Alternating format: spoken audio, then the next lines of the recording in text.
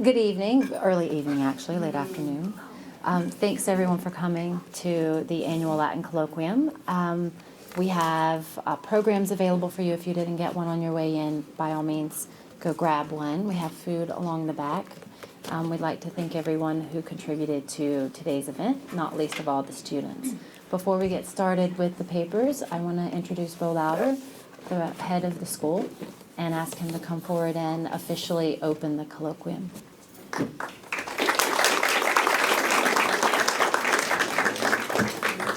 Opening this colloquium is a real honor. I admire the work that the classics teachers and their students do every year to prepare for this, but their dedication and their enthusiasm to their subject all year long.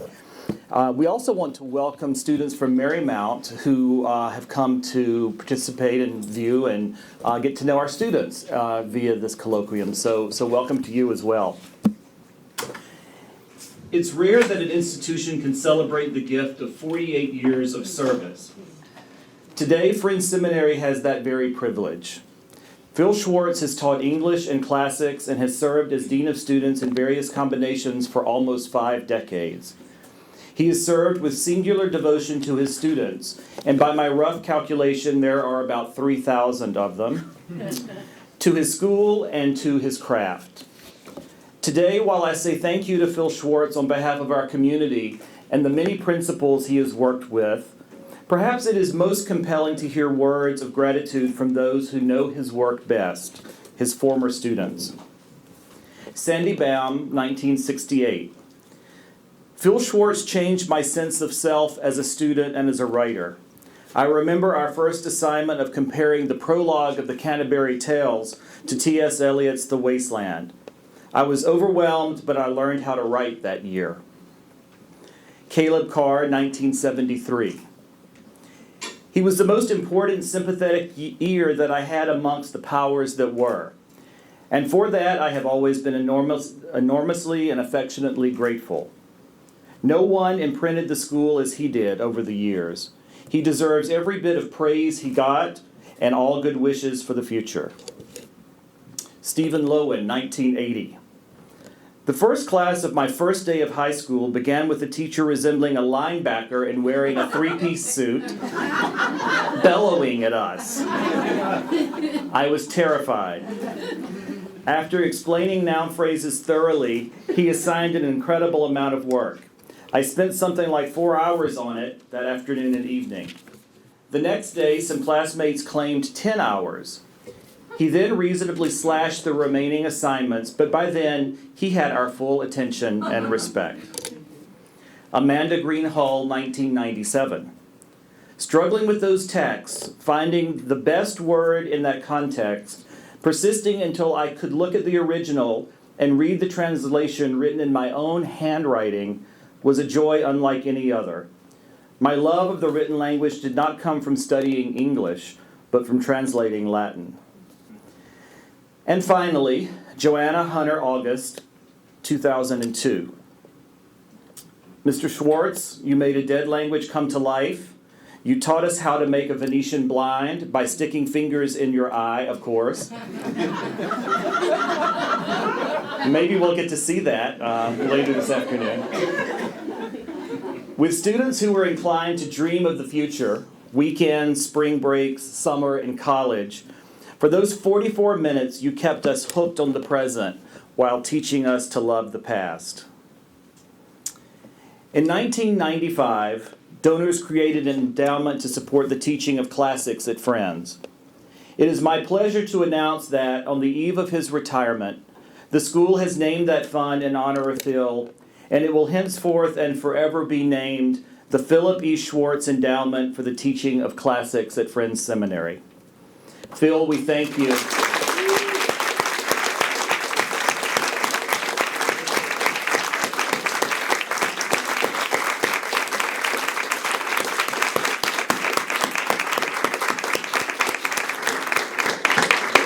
And I want to introduce one of those former students, Mark Rothman, class of '82, to make a brief presentation.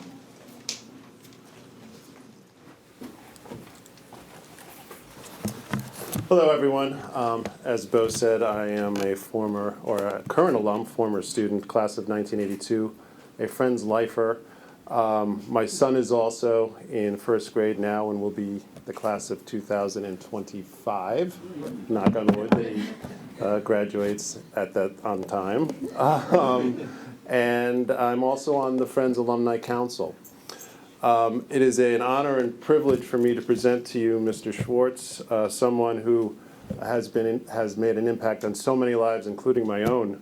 I had you for English, Latin. You were my squash coach throughout high school, and my mentor, and truly made a great impact on my life, not only at Friends, but throughout my career. I'm a lawyer now, and a lot of what you taught me, I have used throughout my studies as well as my professional career.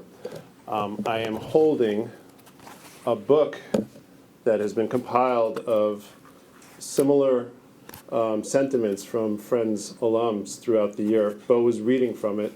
It's called, although it should have a dash, it's called Philology. It should be philology.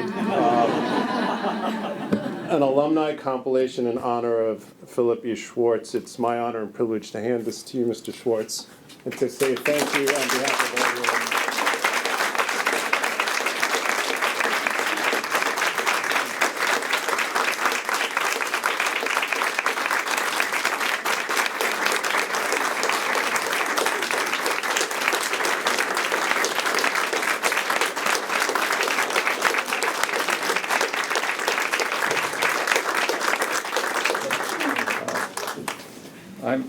I'm very touched by this.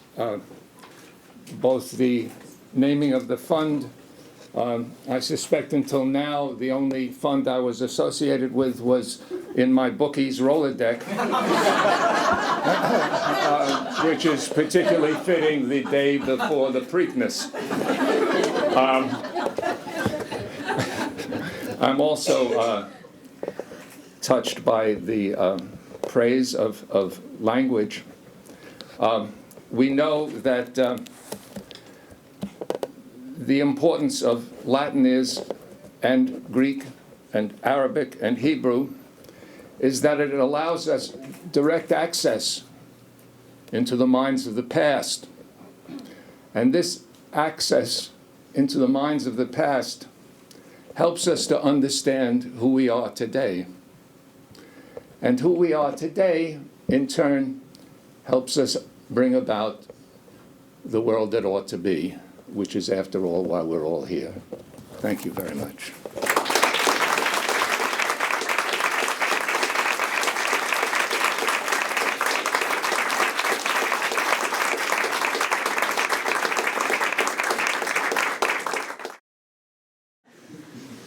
This evening's guest speaker is an alum of the class of 1981.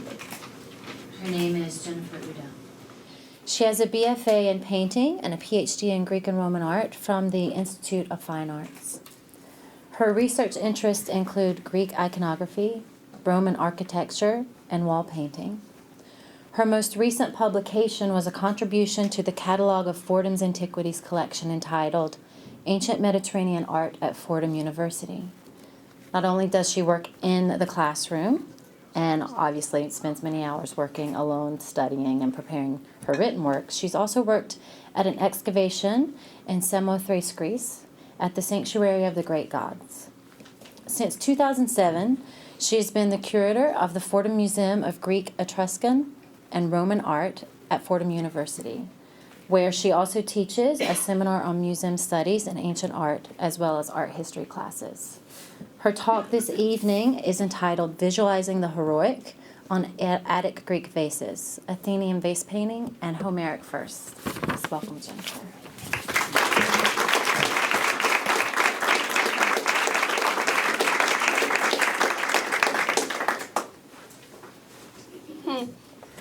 This is really fun.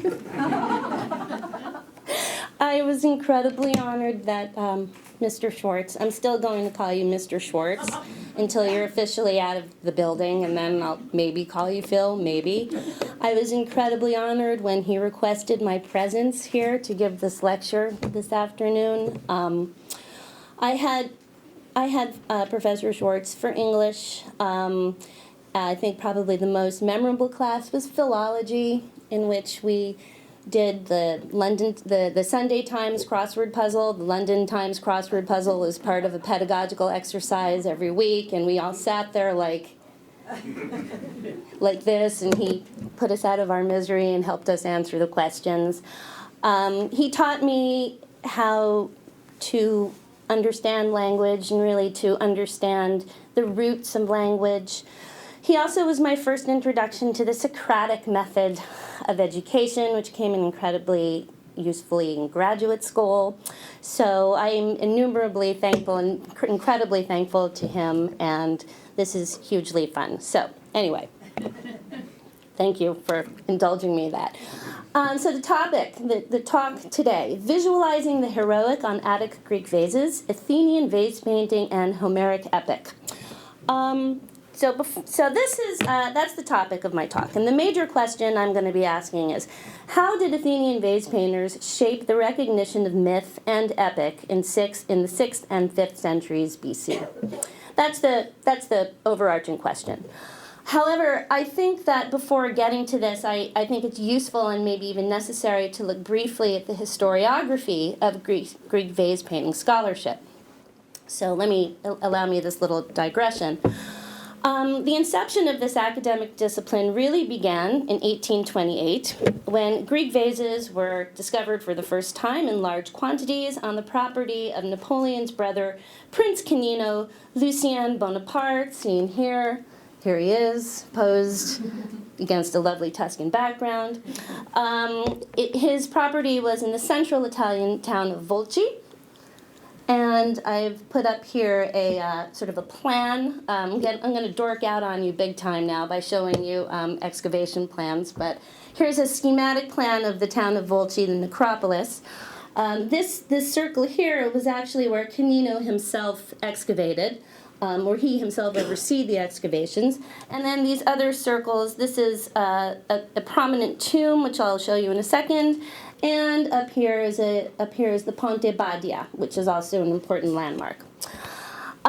So the big moment in Greek archaeology came when a team of oxen pulling a cart fell into an Etruscan tomb filled with objects. It's very romantic, isn't it?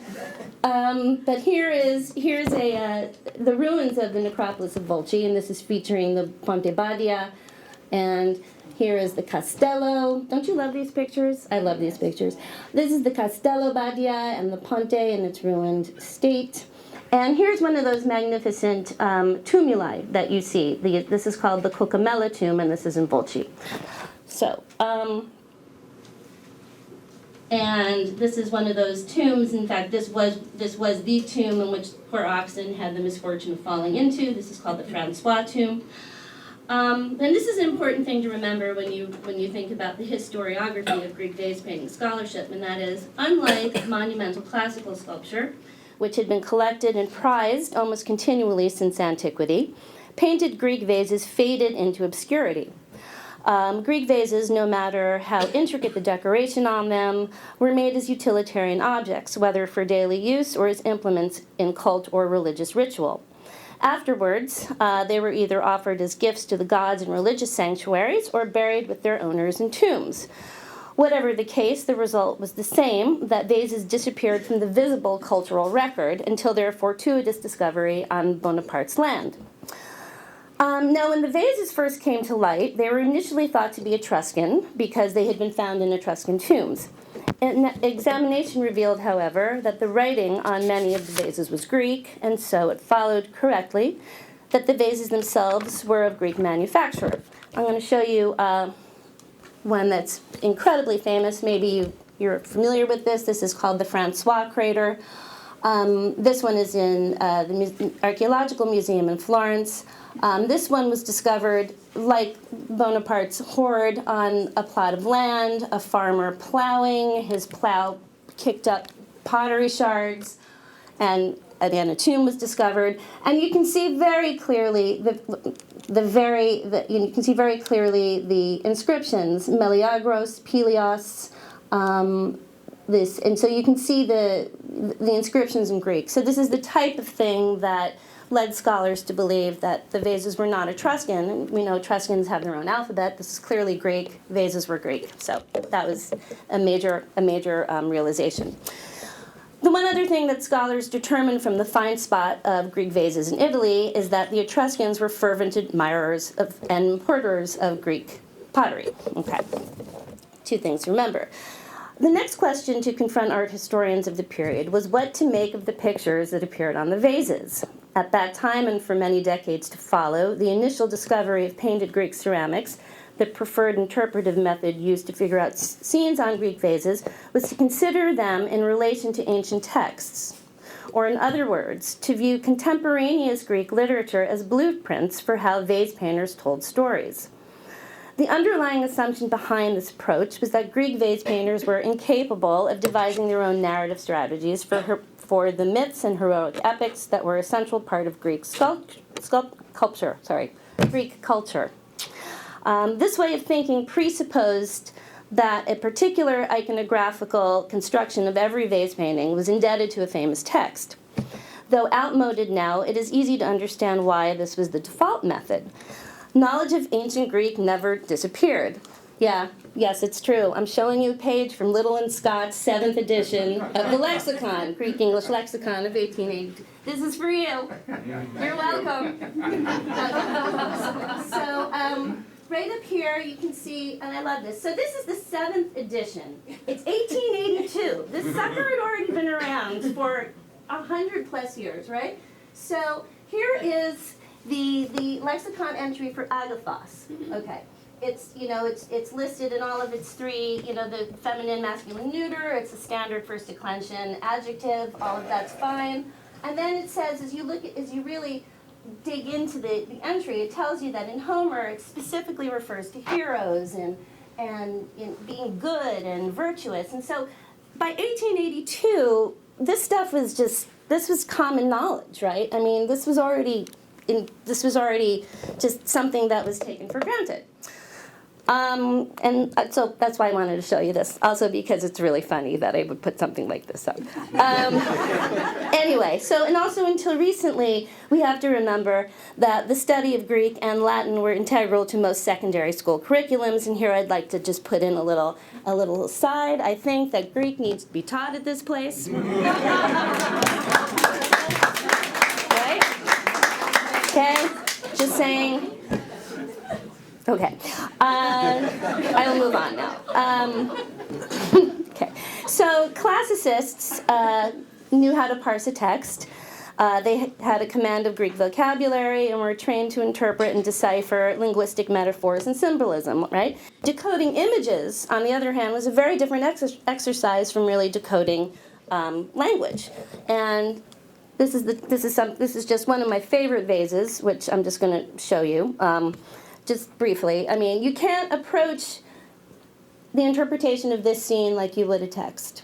You may think you can, and in fact, there's a popular mode of interpretation in which sort of equates the composition on Greek vases to syntax and linguistic theory, and all that is very well and good. But really, it requires a different set of skills, and because language and image, they function differently. So we have to remember that. Okay, so today's approach to understanding Greek vase iconography flips this model, the model of the text being, primary. And this means that art historians start with the object, at least the ones that I like to associate with. Right, Deborah? Got it, okay. So this involves looking closely at the vase painting, its composition, its individual narrative elements, as opposed to searching for a foundational text to offer an explanation for the scene painted on the vase. This is not to suggest that contemporary scholarship avoids consulting the ancient primary written source material. Rather, the trend is to use these sources to get in tandem with pictorial documents to explain not only the scenes on vases, but also to clarify obscure textual passages. Moreover, because ancient Greek literature and ancient Greek art are both products of the same cultural environment, and because the source material for both artistic genres was drawn from the same wellspring of Greek myth and legend, considering them together helps us recreate more completely the historical, social, and religious context in which both the image and the text were created. Finally, and this is important, with all this talk about writing and text, it is worth remembering that the Homeric epics were first conceived as oral compositions, and that the Greek public's introduction to the exploits of the long-haired Achaeans and their Trojan counterparts was via recitation. Though it is likely that the Iliad and the Odyssey were transcribed during the 7th century BCE, it is probable that the favored mode of transmission for the stories continued to be through spoken rather than through written narration. The point of bringing this up is to emphasize that the myths and legends that were so important in the lives of ancient Greeks were shared cultural property of the visual artists and the poets, not the purview of one or the other. Okay.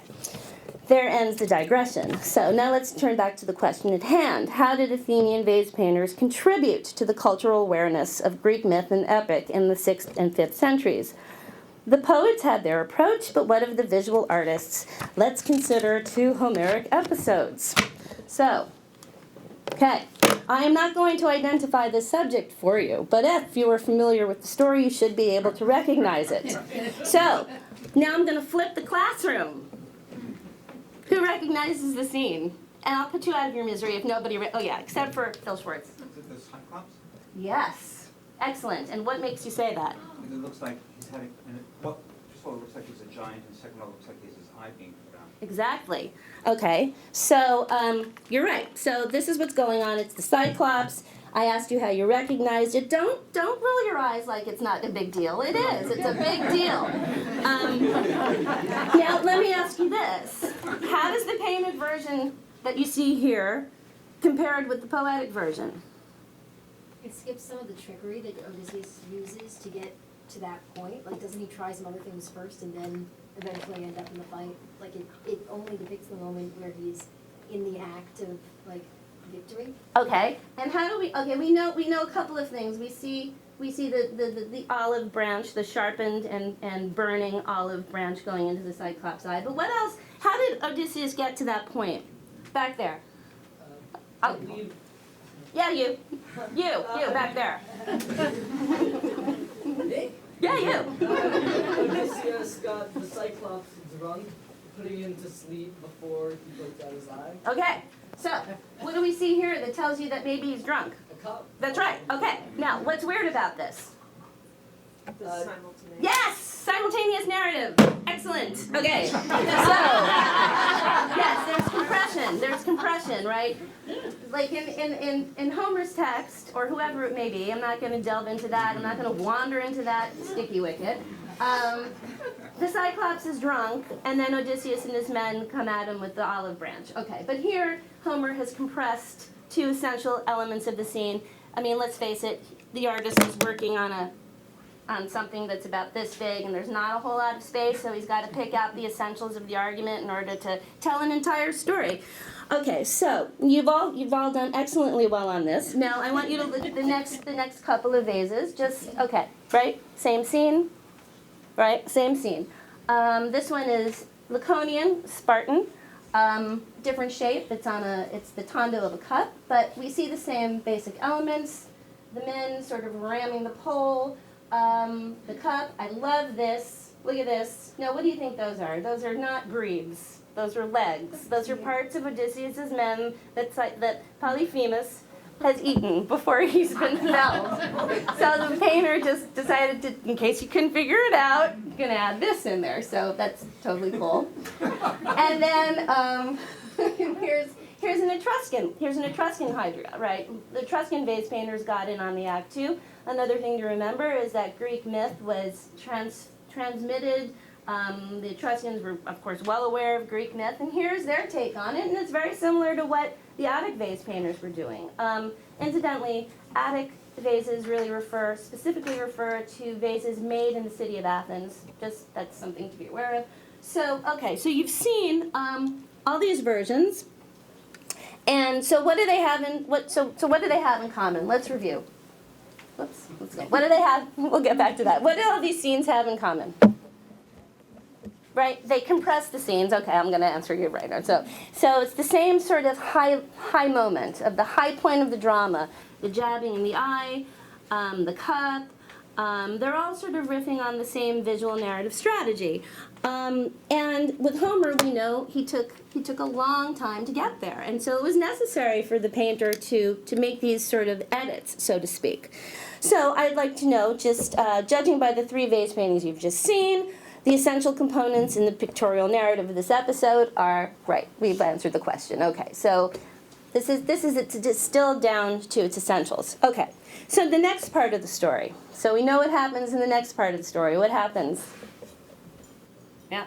He escapes by grabbing onto the bottom of Polyphemus' ram. So Right. He ties his men to one ram, and he grabs onto the biggest one on the bottom. Look at that. Right? Okay. So this is called the ram jug, and it's from Egina, and it's quite old. This is 7th century. Okay, so this is really we're really looking here at the beginning of narrative in Greek vase painting.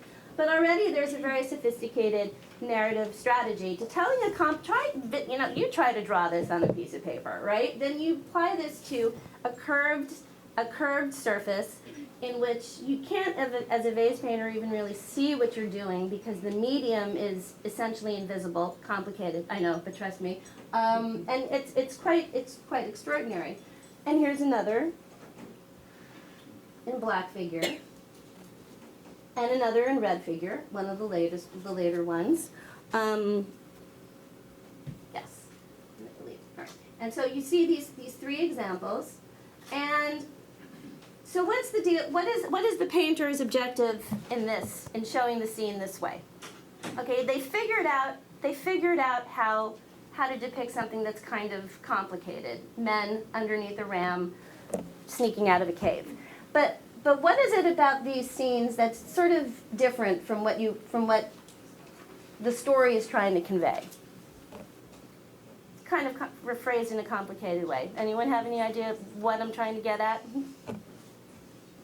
Gibbs? I just wanted to say that. There's no Polyphemus. Well, there is no Polyphemus, that's right, because we kind of know that he's out of the picture.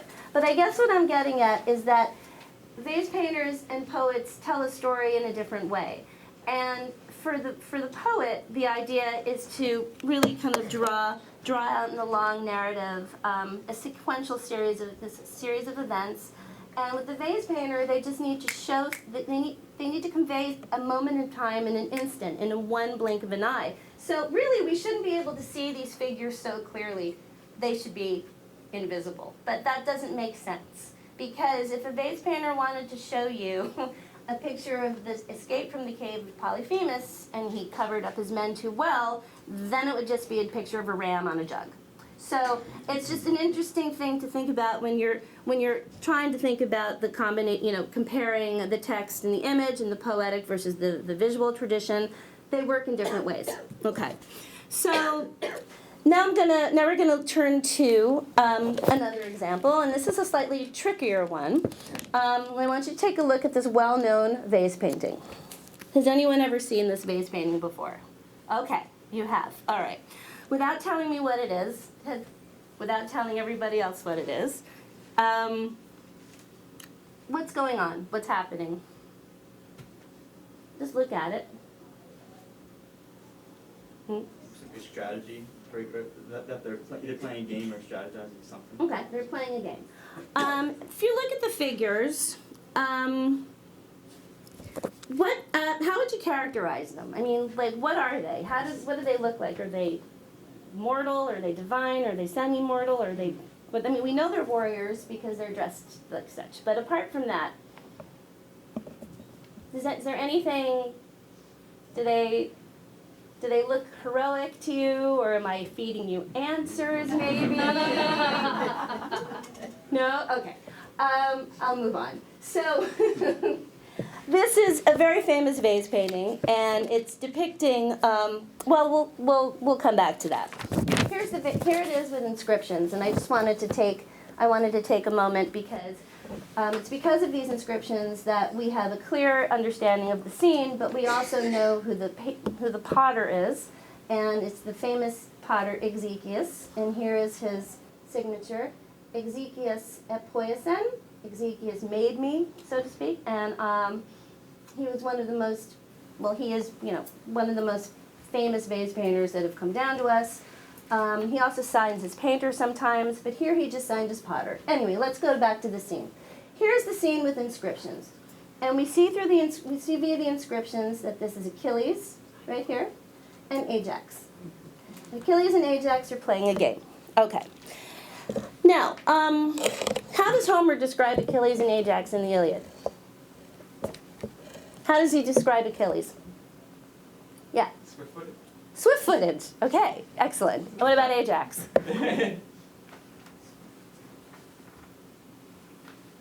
Anybody? Ajax. Well, he's one of the greater fighters, right? He's not as good as Achilles, but he's right up there. So there's a hierarchy. There's nobody as great as Achilles, and then there's Ajax. Okay, that's essentially what we're talking about.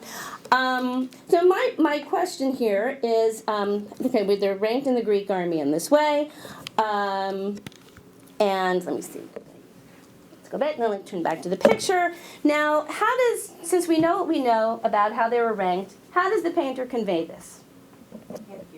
Headgear. Well, they're both, well, it's true. Achilles is wearing the helmet. How else? They're not on the same level either. They're not on the same level. Achilles is bigger. What else? This might be a trick question. Or maybe I've just looked at this too much. Look at it closely there. By the way, isn't this magnificent? Yes. Yeah? Okay, it's in the Vatican, so everyone should go see it. Yeah, I mean, this incision here, this incised detail is just crazy. This is all incised detail. Anyhow, I'll talk you through this scene here. Couple things. You've noticed that Achilles is physically bigger, right? So he's the greatest of heroes, and he's also the winner of the game. That's another important thing to say. Here, he's throwing tessera, which is 4, versus tria of 3 of Ajax. So he's winning the game. He's also winning just the game of kleos and time and all of that. And it's shown here with levels. I love these little details. The thing about Ezekias is that he was one of the first vase painters to really explore the human condition. And here we've got the slightly furrowed eyebrow of Ajax. There's a little double crease here compared to just, Achilles is the sort of placid expression, he's winning. But here Ajax is, he's anxious, and we see that. And I've taught this vase a number of times, and I always bring up this next point, and some students buy it, other students disagree with me, so I'm interested to hear what you think. Another way I think that we see the difference in basically who's winning and who's not is that Ajax is hanging on to those spears for dear life. He's white knuckling them, and you can tell because they're basically squeezed together. Whereas with Achilles, he's just gently holding them, and they're able to flay apart. I think that's a really subtle sort of detail, which is just really beautiful, and you can only do that if you look very closely. Yeah? Do you think something has to do with the fact that Achilles is on the left and Ajax is on the right? Yes, and why do you say that? Because the eye tends to go left to right. Well, and also in Greek iconography, in a battle, the victor always fights from left to right. So there's also what you said, and then there's, but it's, and I wonder if they kind of did that because the eye generally reads from left to right. So, yeah, and in Greek vase painting, whenever you see a battle, the victor will always be fighting left to right. So here is Achilles, definitely on the left, bigger, more relaxed, more in control, throwing a 4 versus a 3. It's all very subtle, okay? Now look at the next group here. Same scene.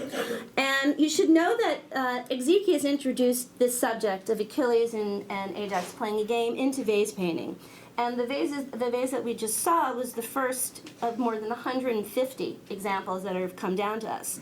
And so here are a couple of other versions to look at, in which you'll notice repeated compositions, certain details that overlap. So there's this one, which is from the neck of an amphora. Here we have the same idea, except this time we had Athena here, and she's actually looking towards Achilles. Even though her hand is raised, she is looking towards Achilles. And here's a slight difference. Ajax is covered by a shield, therefore making him slightly smaller, right? Just the little things, and it looks like he's sort of arguing the toss. What do you mean? Here are a couple of other examples. Same basic formula, same basic composition. Athena, and then here in red figure, Endocades painter, a very famous red figure painter, the Berlin painter over here. Anyway, so you've seen all of these examples, and but the question is that there's a settled iconographical formula which we've noticed here. But the question that arises is, what's the origin for this vignette of Achilles and Ajax playing a game? Can anyone recall where the scene so vividly depicted on these vases appears in either of the Homeric epics? Can anyone recall it? Right. The answer is no, and the reason why is because there is no extant textual parallel for the scene, okay? So it's not in the Iliad, it's not in the Odyssey, it's not in the so-called epic cycle, which is the series of poems that survive only in fragments, that post-date Homer, and that are an invaluable source for some of the more colorful anecdotes of the Trojan saga, including the Trojan horse that appears in the epic cycle. Now, perhaps there was a story about Achilles and Ajax that was recited at festivals and for whatever reason was never transcribed, or perhaps it was written down, but the librarians in Alexandria, who are responsible for preserving the Homeric epics in the manuscripts and organizing them into the books we refer to today, and then passing them down to us through millennia of scholars, perhaps, they thought the episode not worthy of saving, but I don't think that's likely. I think that it's more likely that the story that we see here never had a textual foundation, but that the conclusion we can draw, yes, hold on to your hats, it's true, is that the subject originated in the pottery workshops of Athens. I know, okay. So, now this is important because of what the point I made at the beginning about divorcing the image from the text and realizing that there is an active and very innovative culture of vase painting. But it also is important, because it proves that this image here has a completely visual foundation. And the question also that I find interesting is, why would the vase painters come up with this type of scene? I mean, there's so many other. Why would Exekias have invented such a subject, such an iconographical formula that clearly caught on?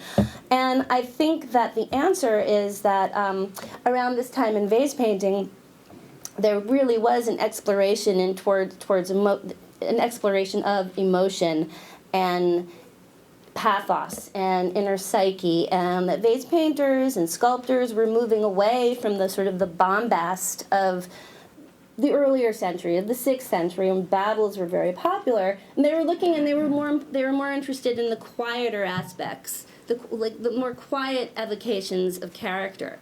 And this vase is really emblematic of that, because this is a new way, and I propose it's a new way of looking at and exploring the character of heroism, of Homeric epic, not through battle, not through fighting prowess, but just through subtle gesture, subtle poses, and I think that's how, and basically that's my point about this, is that it's easily divorced from text because there wasn't one. Basically, it's an interest in the quieter moments of Greek life and character and a moving away. And I think that we have vase painters to thank for that. So that is my point, and that is the end.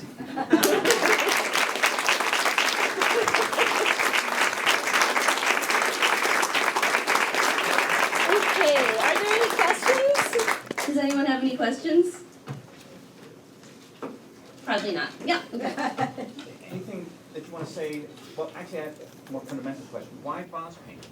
Why all this on vases? Why wasn't something else chosen? Was it because they were found in households and everybody had access to it? You mean, why was this scene on But vases? why were people painting vases to begin with? Because they were just, because, you know why? That's one of those questions that's never really been answered, because why indeed? Because they used them, because they were so connected to them, because they were so prevalent and they just responded to imagery. And this is how, you know, many people, you know, the primary mode of communication was through images. I mean, people read and there was literacy for sure, but the transmission of stories was both visual and heard. So maybe this was just another outlet. But why vases? Yeah, it's a good question. I mean, a lot of people have asked that. I study them and I still don't know. The other thing I wanted to ask was, do you think that this might be depicting, in a sense, the quiet time in battle? Yeah. Often soldiers today Yeah. refer to the worst time is not the fighting so much as this period of doing nothing. Yeah, Days and days the and ennui days. that Right, takes right, over. right. Yeah, I do think that, and I think that the vase painter used this opportunity to still convey basic ideas about these Homeric heroes. The skill of Achilles in battle, and we all know what happens to Ajax, don't we? Yes. Yes, he throws himself on a sword because he doesn't get the arms of Achilles after Achilles dies. They go to his son. No, they go to Odysseus. Sorry, and he is so distraught he throws himself on a sword, and so we know what happens. So there's a little bit of foreshadowing here too. So I think that there was the quiet. He was doing two things. He was exploring sort of that the dead time in battle, but also using it as an opportunity to continue to convey to translate these abstract sort of qualities of heroism and sorrow and stuff into visual form without, again, relying on the bombast of full-blown battles. I mean, most vases you see from this period depict Trojan battles. They're very formulaic, and you see dozens of them. And they're, this is just another way of conveying that idea. So, back to, yes, Mrs. Phil Schwartz. I'll leave that one alone. Do you think the vase painters perceive themselves in competition with the writers as delivering a different version of the same stories? I don't think so. I think, if anything, they had a competition between them and the sculptors, and them and other potters and painters. I mean, we actually have vases in which vase painters are goading each other and saying, this vase painting is never Euphronius has done. We actually have graffiti saying that. So we know that they were in competition with each other, and probably between, with sculptors, but probably not through they were such completely different mediums, right? So, yeah. I'm curious, I just want to see if I understand you correctly. Are you saying that in the vase painters also would have been like ancient world, like comic book writers, so that they're actually making up the stories? It's not that just there's this great oral tradition and we're seeing some in epic, in written text eventually, and then some in vase painting, but that this might actually be a scene that in part are stories being made, is that your argument, that stories are being made up by the painters, that that's one of the ways? I think some subjects, at times they are. I just, the point is to emphasize the fact that vase painters didn't sit around waiting for the latest screed from, Pindar to come out before they, that they could think about things, on their own terms, and that. But it could further even be that it's not just coming from everybody heard that song, and Right. you have people writing them, people painting them, Right. that actually the painting is made. I think so. Yeah,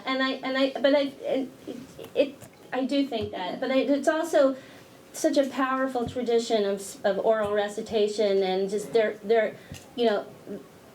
the foundational stories and that went into Greek culture, that were just the focus of Greek culture and Greek society. I mean, they couldn't escape their myths, right? So I think, but the question is, was there room even for a vase painter to come up with a new subject? And I think, yeah, maybe, or else maybe this was a little vignette that just disappeared from the record. Although I find it, I don't know, I don't like to, I'd rather to go on the evidence we have.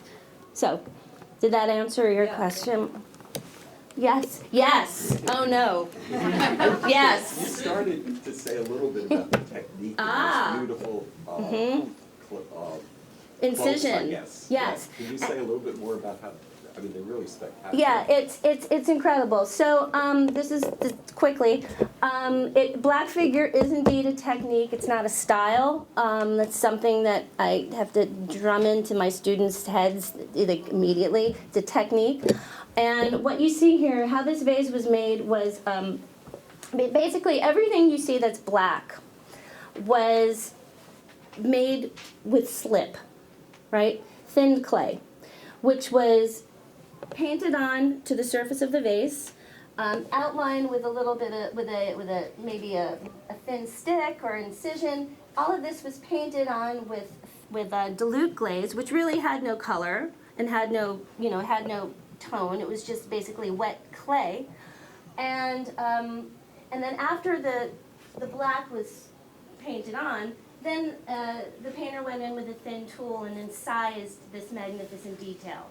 But still, there is very little guiding him on what, really what was going to come out. Because essentially, this all happened in the kiln, right? Once the vases were deposited into a kiln, the firing process is 3 stages, and there may be potters here who know that it's a 3-stage process.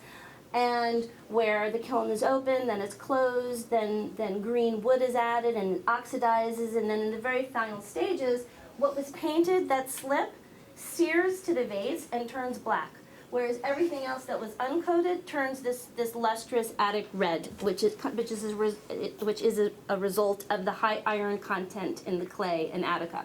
So when I say that they were working blind, it's because you didn't know if you had a masterpiece or a complete failure until after your vase came out of the kiln.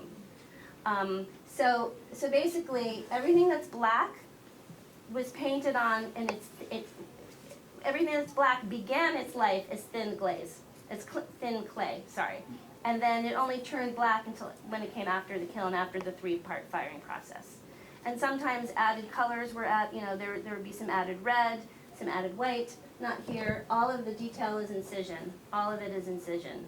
So it's pretty remarkable. So next time you're walking through the Metropolitan Museum and you're rushing through the vase galleries to get to the Impressionist paintings, I really think you should stop and take a look and admire what these people have done. Just saying, anyway. So, are there any other back row? Yes. I wanted to come back to the question just for a second about why these vessels, as opposed to some other surface, and just wonder if in you said that some people have worked on this, but there's no consensus. But I wonder if it has something to do with the trade in the Eastern Mediterranean, just because I'm wondering if these vessels were important for transporting goods like olive oil and wine and things like that, and just comes from a tradition of exchange. Yeah. You think of the bar tradition, and certainly it's about these stories spreading far and wide. Would the same be true of the visual artists, that this might be a way to have those stories spread? Well, it's certainly the reason why they were transmitted. It's certainly part of the reason for their wide dissemination. As to why the vessels again were decorated, that's sort of like that's the question that's hard to answer. But there was an active trade. As I said, the Etruscans were crazy for Greek vases. In fact, 90% of the vases that you see in museums were discovered in Italy. Not in Greece. Evidently, the Greeks exported all of their finest ware to Italy and kept, some fine pieces. But what you find in Athens and in Greek museums is a lot of geometric, a lot of proto-Attic, like the really early stuff. Most of the finer stuff ended up abroad. And clearly the stories were, and the myths were disseminated that way, styles were disseminated that way, so. Did that answer your question? Well, I think it did, in that it's not necessarily a reason for the vases, Mhm. but maybe an effect of having on the vases. That's the reason we have the stories for so long. Right. That's almost maybe more interesting point. Yeah, that's, and don't even get me started on whether we can interpret a scene on a vase according to the Greek point of view or the Etruscan point of view. That is the third rail of Greek vase iconography scholarship. It is impossible. It is like no one touches it. No one touches it. Deborah? Yeah, just quickly, I mean, is it the case that there was Greek painting, we just don't have any of it? Oh, wall painting? Yeah, there is monumental. Mosaics and all kinds of stuff, so just this is what happens to survive because Correct. it's buried. So there's a whole tradition that we're totally missing. Exactly. Yeah, and that's the other thing is that wall painters and sculptors and vase painters had this dialogue. They were in competition with each other. And I forgot, yes, wall painting is the great lost mystery of antiquity. We have phenomenally evocative and detailed descriptions of them in Pausanias and others, and Pliny even, but we don't have any actual wall paintings. We know that they were all over Athens. Every major building in Athens was decorated with a monumental painting, and we can sometimes we can recreate the look of these lost monumental paintings by this certain class of vases. But yeah, there's a whole lost chapter that we don't have. So yes, moving on. Okay.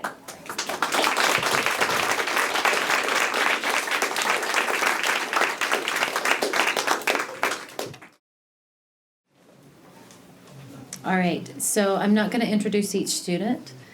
The way we normally do this is refer to your program. They will go in the order that they are listed. I want to thank them for their hard work, and I want to thank all of the Latin 2s and Latin 3s for their contributions this year to the creative portion of this evening. And I would like to thank the advanced placement students for their moral support of the students, or their hazing of the students. We ready?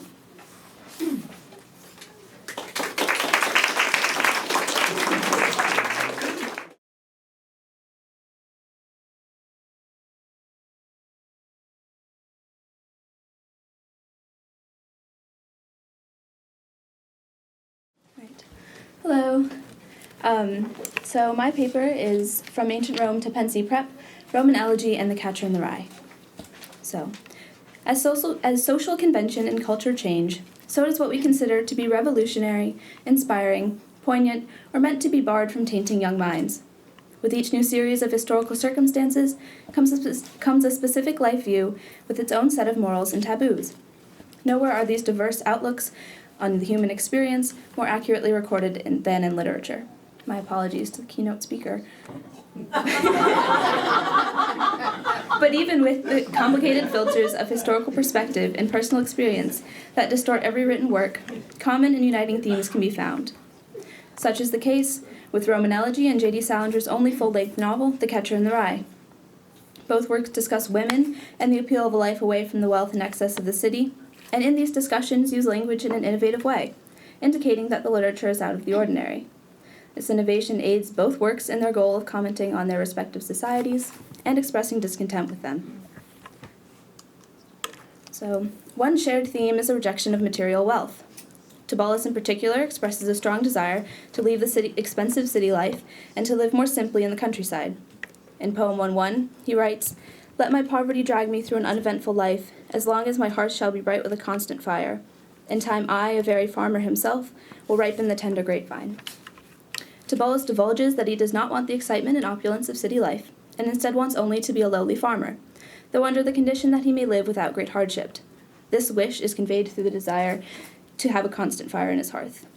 Tibullus knows that his proposed life as a farmer is unusual and frowned upon, but he prefers it to his current life as a wealthy Roman. Holden Caulfield expresses a similar wish to live reclusively and simply when he makes a haphazard plan to build himself a little cabin somewhere right near the woods and live there for the rest of his life. Holden, too, wants to leave the city and to remove himself from his wealth-based society because of things like guys fitting your pants all the time at Brooks. Brooks Brothers, a store where the New York upper class traditionally bought its clothes, is an indication of wealth, So when Holden says he wants to stop going there, he is really saying that he no longer wants to be a part of the affluent group of people who shop there. Holden also resolves to get a job at a filling station somewhere, which, much as Tibullus's farm work would be mostly as a means of keeping a constant fire in his hearth, would serve solely as a means of making money and allowing Holden to build his secluded cabin.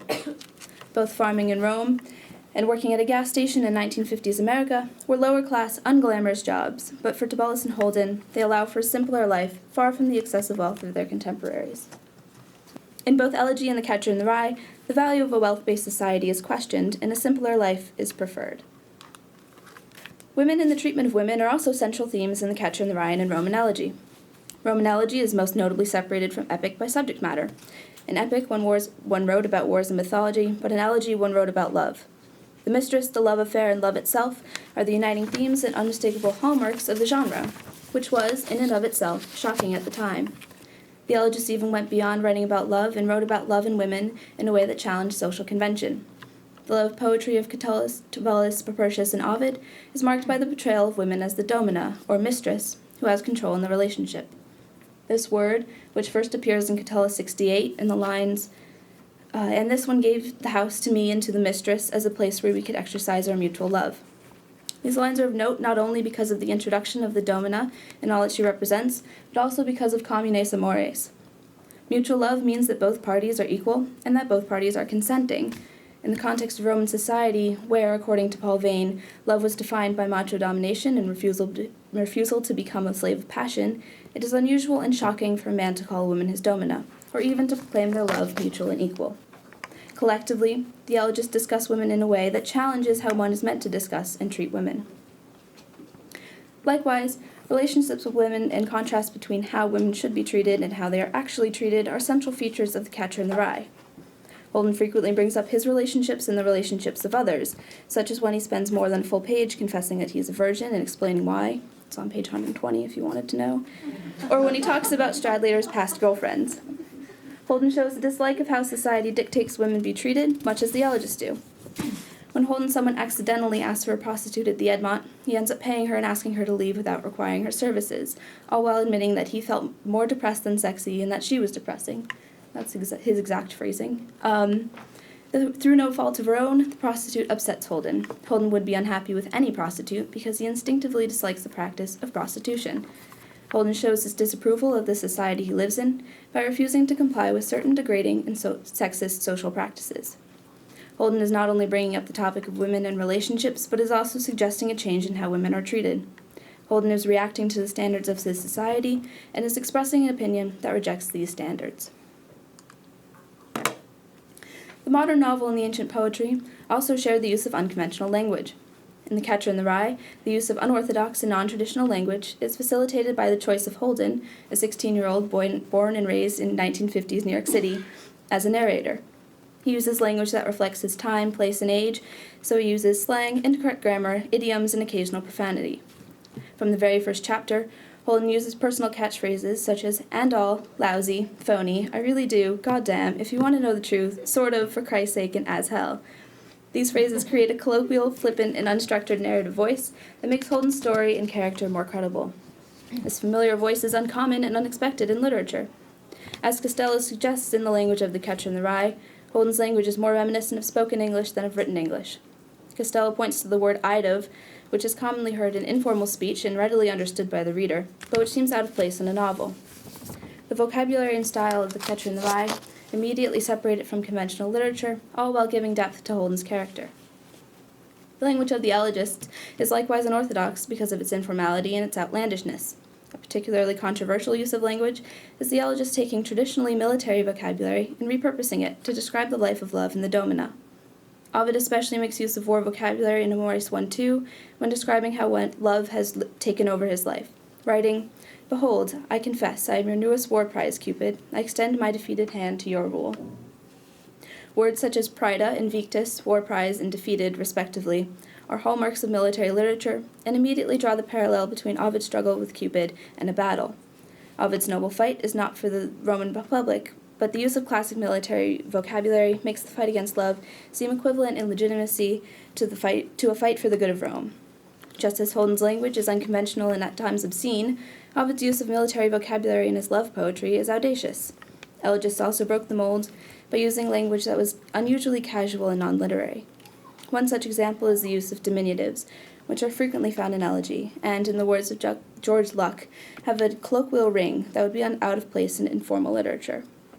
One common diminutive is oculus, from oculus oculi, which often appears in the works of Propertius, Catullus, and Ovid. It means eyes or little eyes. Another one is libellus, from liber libris. But the widespread use of a form usually reserved for terms of endearment and personal relationships shows that the elegists were unwilling to adopt a wholly formal writing style.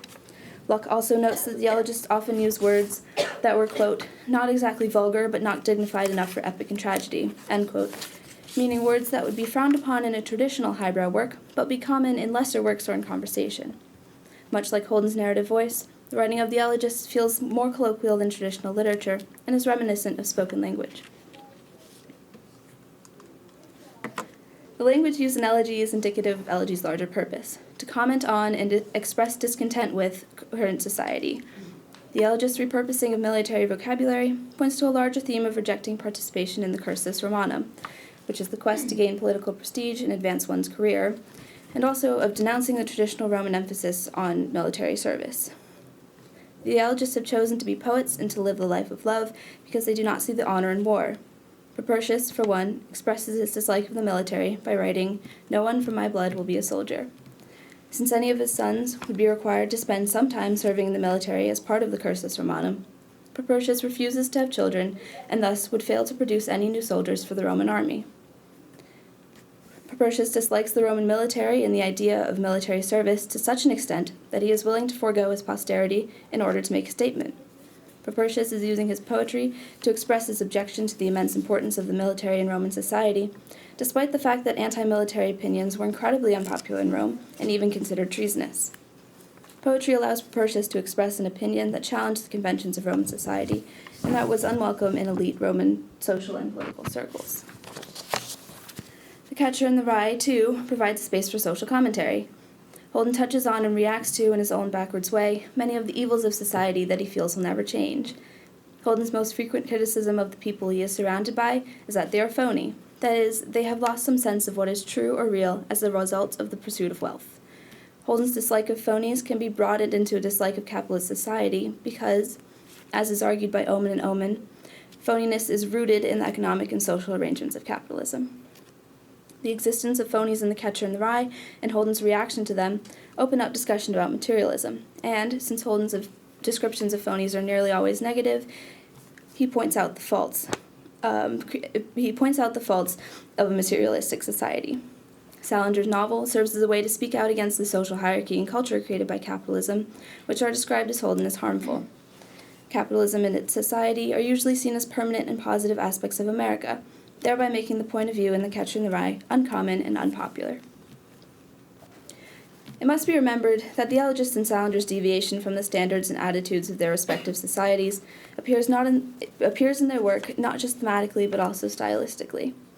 The elegist and Salinger challenged the literary standards of their day, in addition to challenging political opinion and social norms. For the elegist, this meant writing elegy, not epic, and for Salinger, this meant writing a narrative that neither followed traditional structure nor resolved plot points in the standard and fashionable way. On the whole, Holden's language and means of expressing himself separate The Catcher in the Rye from contemporaneous traditional literature, as does the elegist's use of informal words and phrases. The themes, criticisms, and language in The Catcher in the Rye and in Roman elegy make the novel and the genre politically and socially conscious works of literature that serve a purpose larger than simply constructing a narrative. J.D. Salinger's only novel and the many poems that constitute the genre of Roman elegy illustrate a common aspect of all literary works throughout time. In every age, ancient, modern, and future, there has been, is, and will be a traditional and accepted style, and there has been, is, and will be the group of outliers who reject the standard and seek a greater purpose for their writing. Two examples of these outliers are the elegist and J.D. Salinger, who, despite the fact that they came from vastly different times and places, produced revolutionary literature, both because of their subject matter and because of their writing style.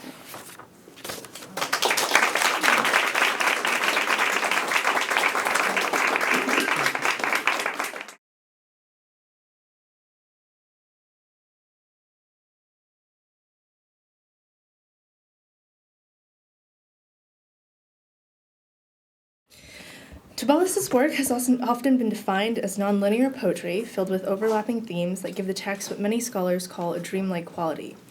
Tibullus had more exposure to war than other elegists, as he had begun the customary course of life of a Roman noble by serving a few years of military service before becoming an elegist.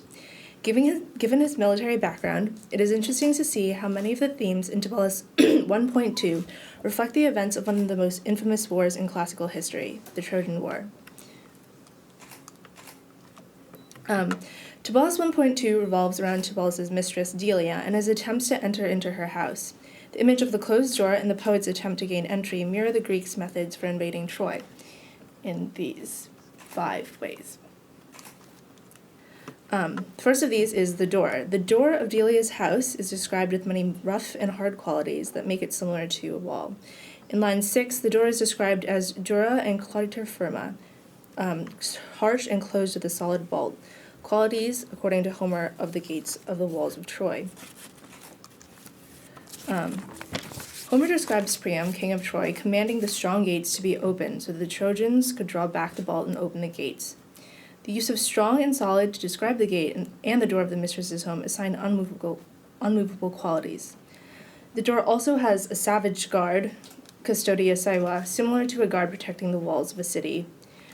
When Greek soldiers attempted to climb over Troy's walls, like Euphocles, who was killed by Ajax, the son of Telamon, they fell from the high walls as though they were diving. The description of the murder as Ajax hitting him with a jagged stone that lay by the battlements at the very top of the wall gives Ajax a crude quality.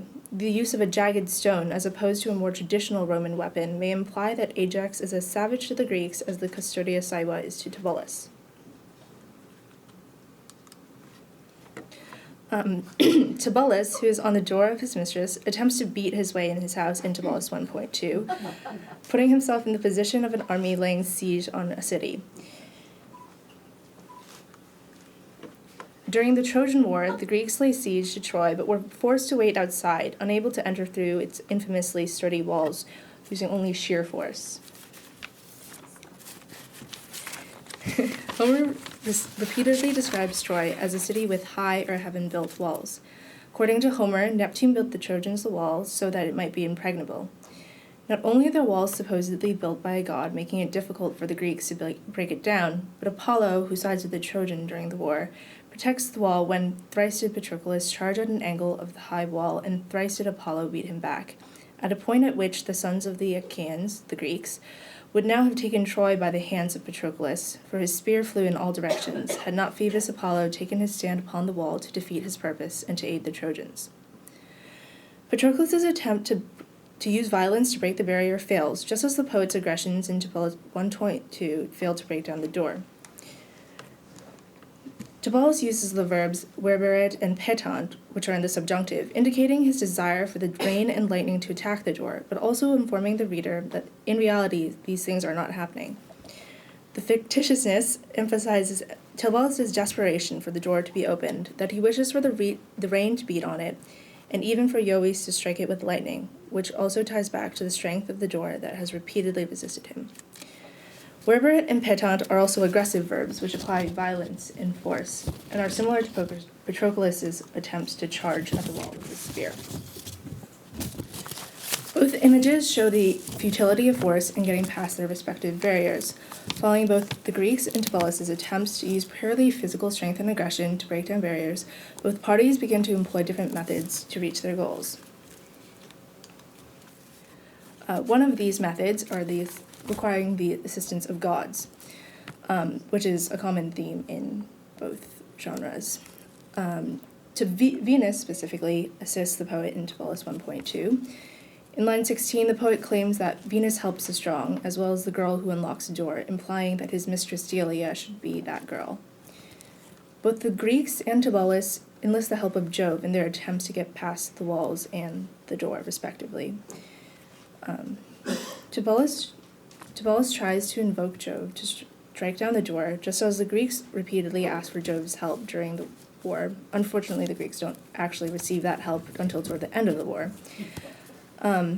Neptune, god of the sea, pities the Achaeans in the story of the Trojan War, who have been overwhelmed by the Trojans and decide to help them.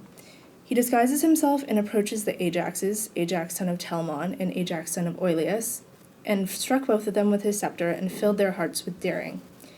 He made their legs light and active, as also their hands and their feet. The desire for the quality of daring is present in both the Iliad and Tibullus 1.2. Neptune, a god, filled the Ajax's hearts with daring, and Tibullus declares that his goal to get past a door must be dared, because Venus only helps those who are daring.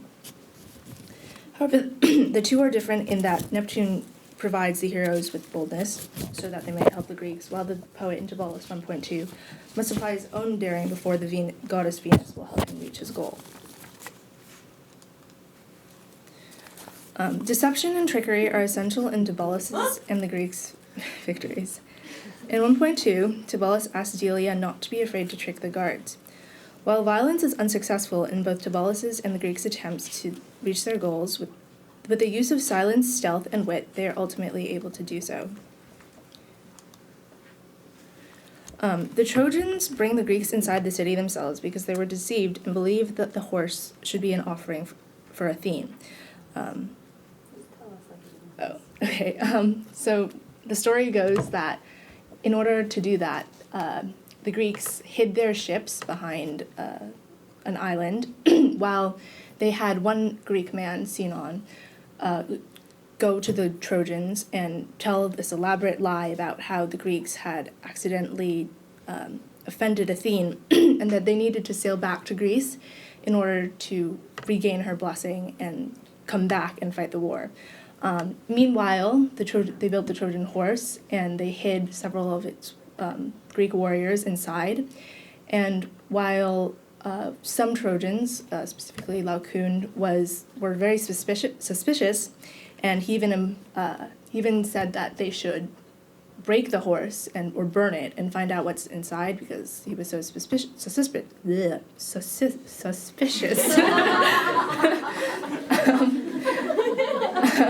But fortunately for the Greeks, there were these two serpents who came up and killed him and then slithered back into the temple of Athene, which showed the Trojans that they made them think that Laocoon's implications about what the horse were blasphemy.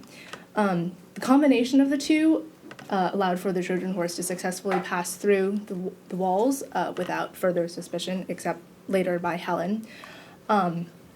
And the Trojans are unaware that there are Greek soldiers inside the horse, and unaware of the attack about to be launched by the Greeks, the Trojans are taken off guard when Sinon, the same man who told this elaborate lie, who is taken into the city because he pretends that he is very upset with the Greeks and that they have offered him as a sacrifice before they've sailed.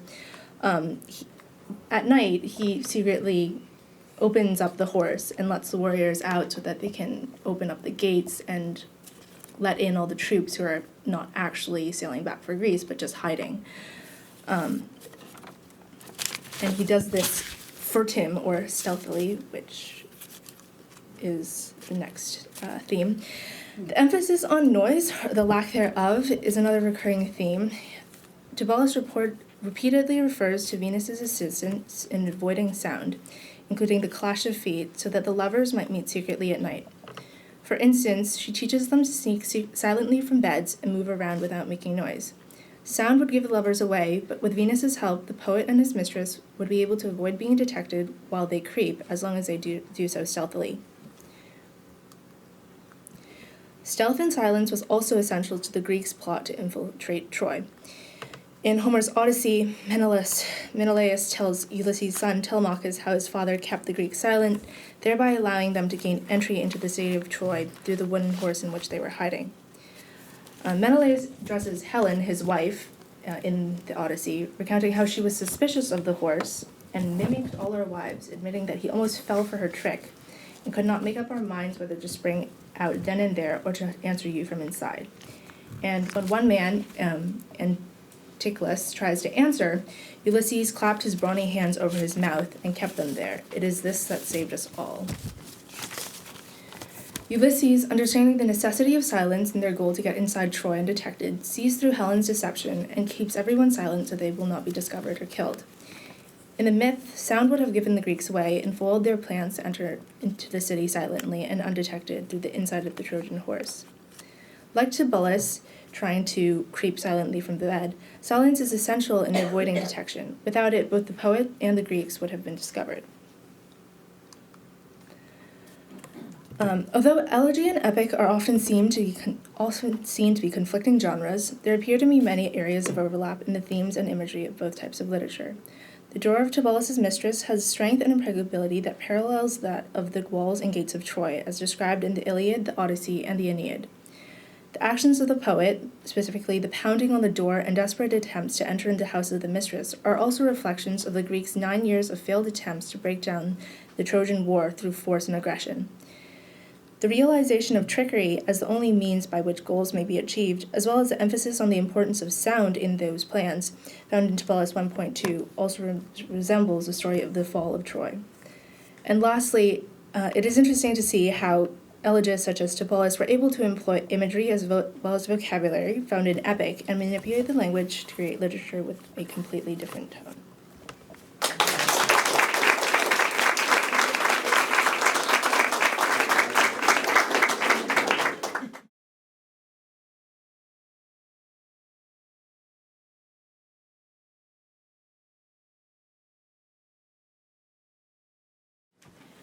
So for my paper, I am discussing what it means to be beautiful.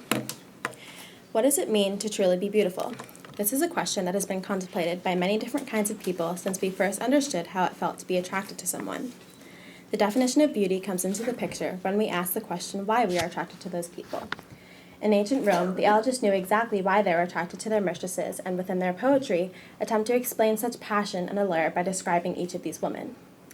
The imagery, language, and metaphors the elegists use to define beauty is successful in describing the physical qualities of women they adore and respect, as well as challenging ideas of the traditional Roman woman, much like how many women in our society today are attempting to redefine the definition of beauty outside of models and magazines. In Propertius' very first poem, he describes how his mistress, Cynthia, had caught his attention in line 1, Cynthia prime suis miserum me cepit oculis, or Cynthia first held poor me with her eyes. Propertius describes his first interest in Cynthia due to the captivation of her eyes and how she infects him with love. Further in the same poem, Propertius continues to describe Cynthia's physical image, but in a rather different way. The recurring theme of pale versus flushed and light versus dark shown in elegy describes weakness versus power, between the love and the lover. Propertius' wish that Cynthia be paler emphasizes Cynthia's power over him and describes his susceptibility to her due to his intense passion and desire for her love.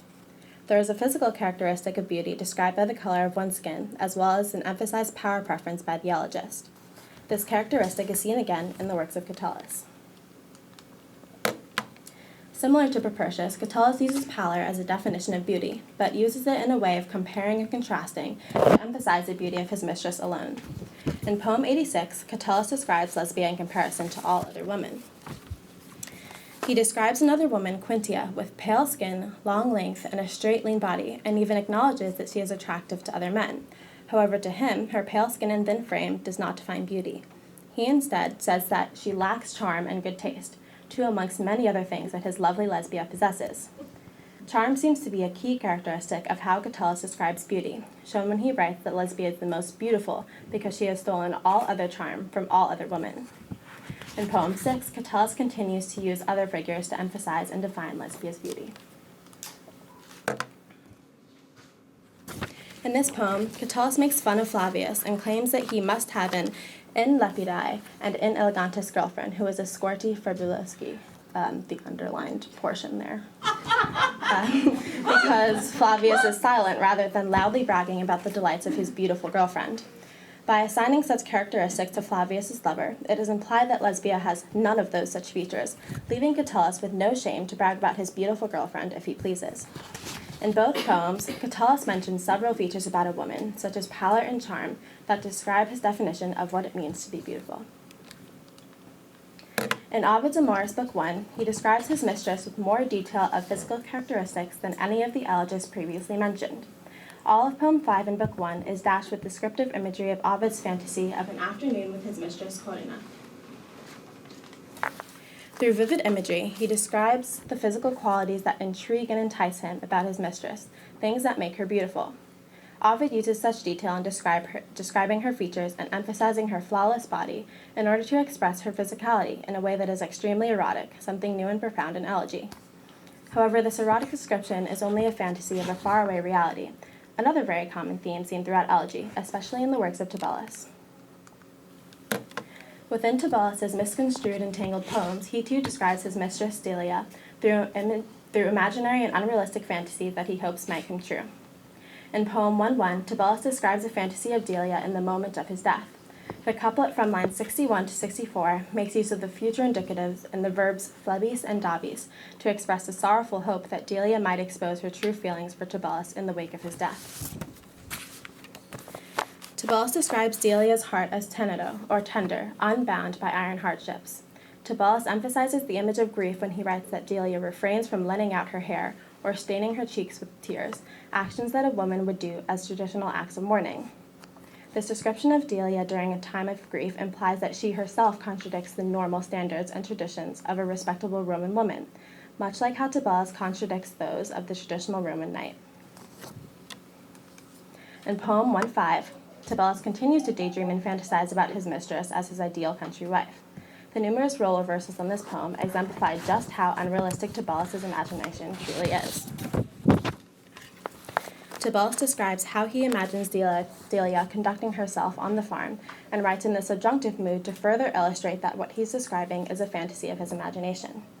While Tibullus does describe her as a farm mistress, she still has power over all, as Tibullus, quote-unquote, joys in being nothing, meaning he is not powerless, but rather has no responsibilities.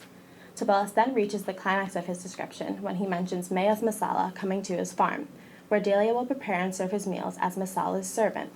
Tibullus imagines Delia still powerful, but no longer with much power over him. However, despite such vivid imagery, in reality, Delia was never a woman of the country. She represented exactly the opposite, a sophisticated urban woman who was only joined by the country by the physical roads Messala builds, which is why Tibullus praises him so. Through glimpses of the elegist works, we can see that they describe the beauty of their mistresses in several different ways through various modes and mediums particular to each of their writing styles. However, there seems to be a common theme or basic definition of beauty according to the elegists that fit perfectly with their lifestyle. Their mistress is powerful, physically more appealing and charming than all others, and the opposite of the traditional Roman wife or lover. It is common for the elegists to write about a dream or a scenario where they picture their relationship with their mistress, a typical Roman love affair in terms of power dominance and relationship roles, which only emphasizes the reality of the huge role reversal the elegists experience with their mistress in real life. Looking at each description of beauty, in comparison to how one might define beauty today, the two are not completely different. With the rising generation, women are beginning to feel more confident and empowered by their own definitions of beauty. However, this comparison might seem ironic when realizing that the elegists wrote poetry and descriptions from one perspective, the male perspective. While the elegists did not believe in traditional Roman relationships and did have particular stewardship and passion for their lovers, one can only assume such poetry is factual. Of course, when looking at the poetry itself, one could also argue that the elegists were somewhat ahead of our time in terms of gender equality. Thesaurus Amoris and Militia Amoris are two of the most common reoccurring themes amongst those of elegy, placing the elegist as servant to their mistress. In Tibullus 1.5, for example, he imagines his ideal life with his mistress, servant to his idol Messala, as he relaxes with no burdens. However, Delia is only servant to the one Messala Tibullus sees as a god, and ruler over everyone else. The characteristic of the dominant and powerful mistress never disappears, even in the elegist's fantastical situations. The elegists make these themes quote-unquote fashionable as a means of proclaiming the life of love and dedication to one's mistress as an alternative to the traditional Roman life through their elegy. As it was in ancient Rome, patriarchy is a constant battle in today's world. However, our generation can rise and be the elegists of today. As explained by Judith Hallett, the elegists not only glorified their mistresses out of adoration, but they were also motivated by the powerful desire to differentiate themselves and their systems of values from existing ones. Similarly, we can question the traditions and customs of old beliefs. We can empower ourselves by choosing what women stand for how we are seen and portrayed, and by redefining beauty, like the elegists did for not only their mistresses, but for themselves as well.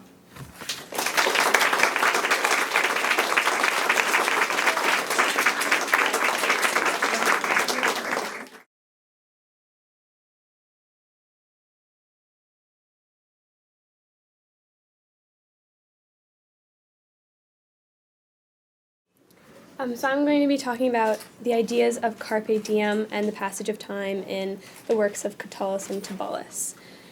Catullus and Tibullus, both Roman elegists, often wrote on the topic of Carpe diem, the idea of living in the moment and seizing the day, and also the passage of time. Tibullus, born around 55 BCE, was from a small village east of Rome called Paetum. Tibullus's writings are often viewed as dreamlike. Catullus was born in Verona in the late 80s BCE and died in 50 BCE at the age of 30. Catullus is typically viewed as a precursor to elegy. Throughout Catullus and Tibullus's works, they often refer to the ideas of Carpe diem and the passage of time. Both Catullus and Tibullus invoke these ideas to encourage their mistresses to continue their love affairs and live while they are still young. Tibullus 1.1 refers to both Carpe diem and the passage of time. The poem starts by contrasting the life of a farmer and a soldier. Later on in the poem, Tibullus talks about a soldier leaving his mistress and also imagines his own death. He discusses their present and imagines the future. Tibullus emphasizes Carpe diem by using the phrase dum fata sinunt, or while destiny permits. Tibullus shows his mistress Delia that it is important that they not waste time because they do not know what their future holds concerning the survival of their love affair. He also talks about the passage of time. Now a helpless generation will have crept up, and it will not be fitting to love. Tibullus uses the passage of time to also show that they should maintain their love affair while they are still young, because at this age they can love without any consequences. When they get older, they will not be able to live like they have been, involved in love affairs and spending time on thresholds. In Tibullus 1.2, called A Plea to Delia, Tibullus once again uses the passage of time in Carpe diem to encourage Delia to continue their love affair while they are young.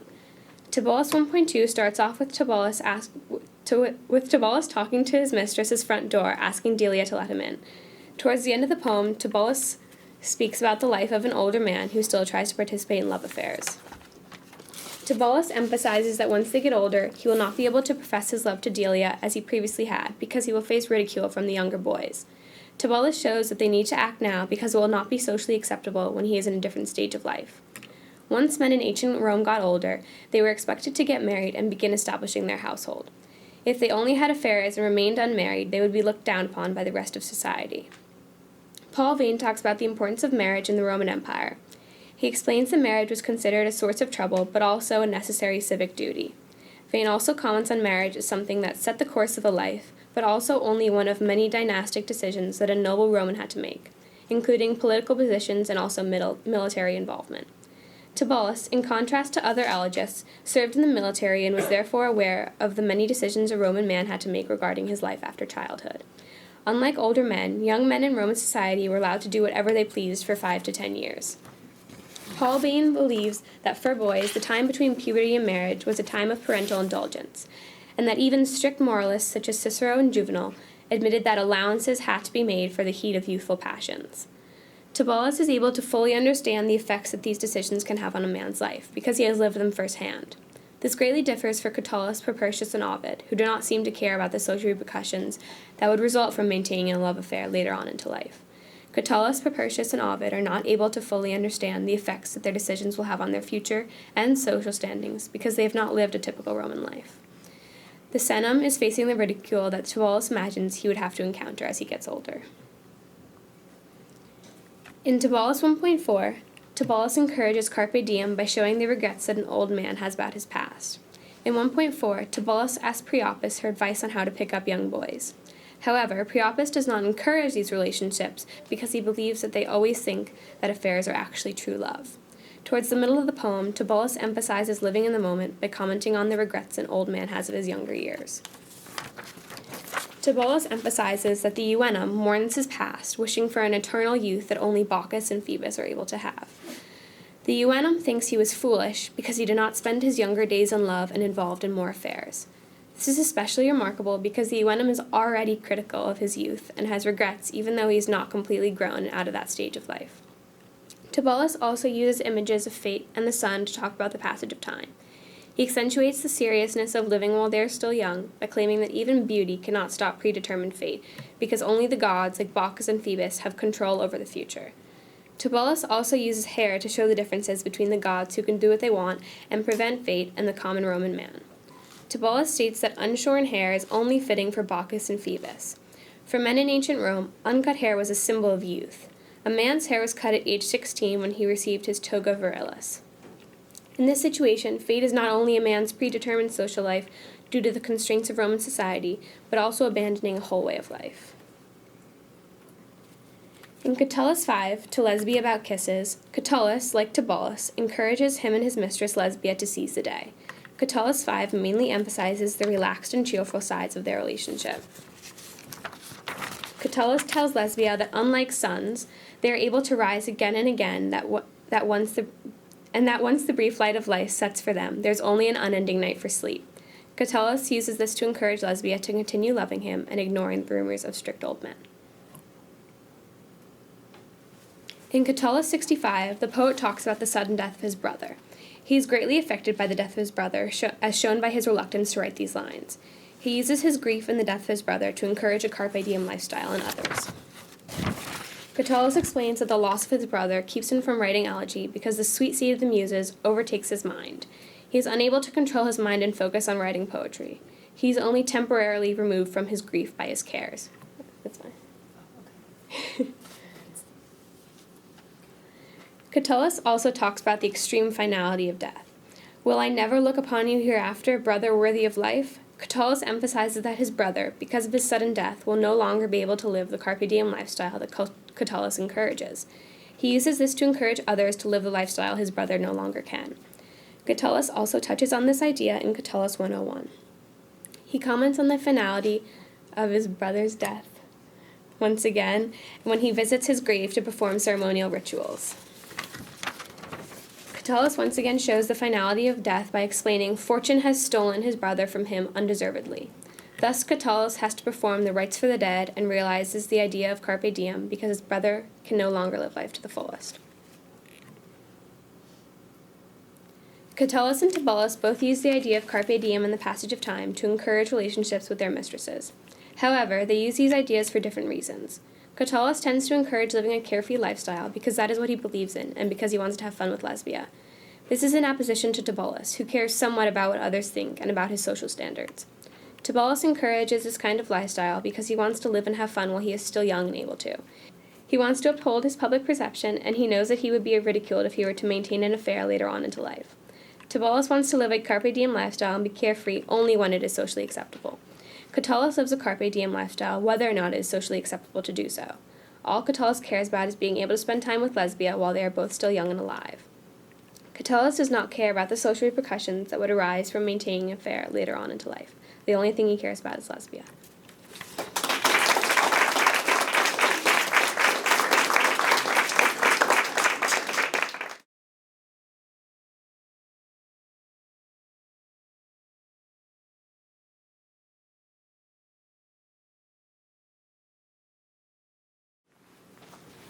Okay, so this is an analysis of Catullus' poem 11, which is entitled A Message for Lesbia by Daniel Garrison. And I inspect how two seemingly unrelated parts are connected. Catullus, a defining character in the works of elegy, was not only gifted with eloquence and a mastery of language, but also had a distinct and animated tone in all of his poems. Catullus wrote numerous poems which utilized the scope of language that he had at his disposal. The texts contain brilliant writing despite the fact that the content of some poems can be very lewd. Catullus' two friends, Furius and Aurelius, are degraded in multiple poems seen here. One poem there mentioned in his poem 11. The first portion describes an imagined journey throughout the world with a poet. This journey is described for a little more than half the poem. The final lines are an affront to Lesbia, in which Catullus questions Lesbia's faithfulness, claiming she has cheated on him. These two elements seem very desperate, and scholars debate whether it was originally two poems. I believe the poem is in fact a whole. meant to further mock the unfaithful traits of Furius, Aurelius, and Lesbia. The first 11 lines of the poem focus solely on Catullus's address to his friends Furius and Aurelius. Catullus was a peer of these two men and was well acquainted with them, so one could easily conclude that this dream of a voyage is a commemoration of friendship. In all of the other poems, either referencing or being addressed to Furius and Aurelius, Catullus brashly and strongly insults them, claiming many negatives about their sexual life. Why would Catullus want to go on a journey with these men he had previously slandered? For example, in Catullus 15 and 21, the poet warns Aurelius and threatens him with lewd and lecherous language. Furius is also affronted in poem 26, where Catullus claims he is a lavish spender. Both Aurelius and Furius are mentioned in poem 16 in the line, Aureli pathike et canaide Furii. Aurelius and Furius are called sodomites, or one who submits to anal sex. Furius is characterized more as an effeminate man. All of these insults are not without some sort of justification. Catullus claims that the pair stole Juventius, a boy Catullus was courting and watching over. Most of the insults could be tied to Catullus's wrath due to their chase of Juventius. Poem 24, for example, is an address to Juventius to avoid Furius due to Furius's poverty. That poverty is mocked in poems 23 and 26 as well, which plays on the word arca. In lines 3 and 6, Catullus mocks Furius for not having his own money and instead having to rely on his parents. And you can see in line 2, he says, without a bed bug, indicating he has no bed, and without a spider, indicating he has no roof and no house. And instead, he has to rely on his parents' money, which is said throughout the rest of the lines in the poem. And one thing I note for another one of the students is that he mentions the teeth are able to chew up flint, which sounds very bizarre, but it's actually commenting on the youth of Furius's parents and saying how it's odd that such young parents still have to take care of their child. And so this dependence on his parents, as well as earlier being called effeminate, show his youth and mean that Furius is not yet a man. Arca was both the place Furius stores his money, and Garrison notes that Arca was a word Furius used as a tagline in his own writing in order to represent himself as someone who's poor and write poetry about that. But Catullus uses it multiple times here in order to insult him, saying that he's not really using it as a poetry tactic, but he really is just poor. Again, considering all of these insults to Furius and Aurelius, the inclusion of them in Poem 11 is questionable. In Poem 11, Catullus's address to Furius and Aurelius has many connotations to it. There is the very literal meaning of Catullus plainly praising his friends' loyalty, and in turn imagining going on a journey with them.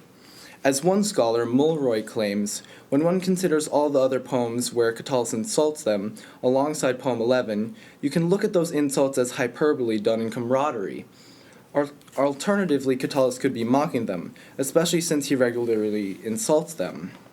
The device of this mocking the journey is throughout the ancient world. This discussion of a journey transitions into a message to Lesbia in the third couplet. Furius and Aurelius are asked to deliver this message.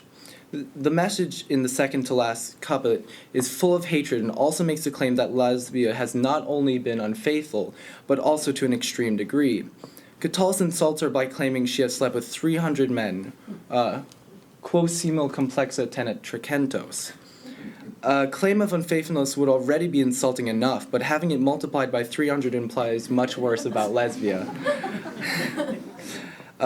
David Frederick notes that the hundreds of partners with the obvious implication of genital, anal, and oral penetration is viewed as extremely demeaning in Roman society, concluding that the worst part of this is that she was willing to commit this terrible act. Her actions caused Catullus to renounce her. Catullus acknowledges that Lesbia's actions show nec meum respectit, that meaning she does not respect him. Even still, he states ante amorum, that he loved her before these actions.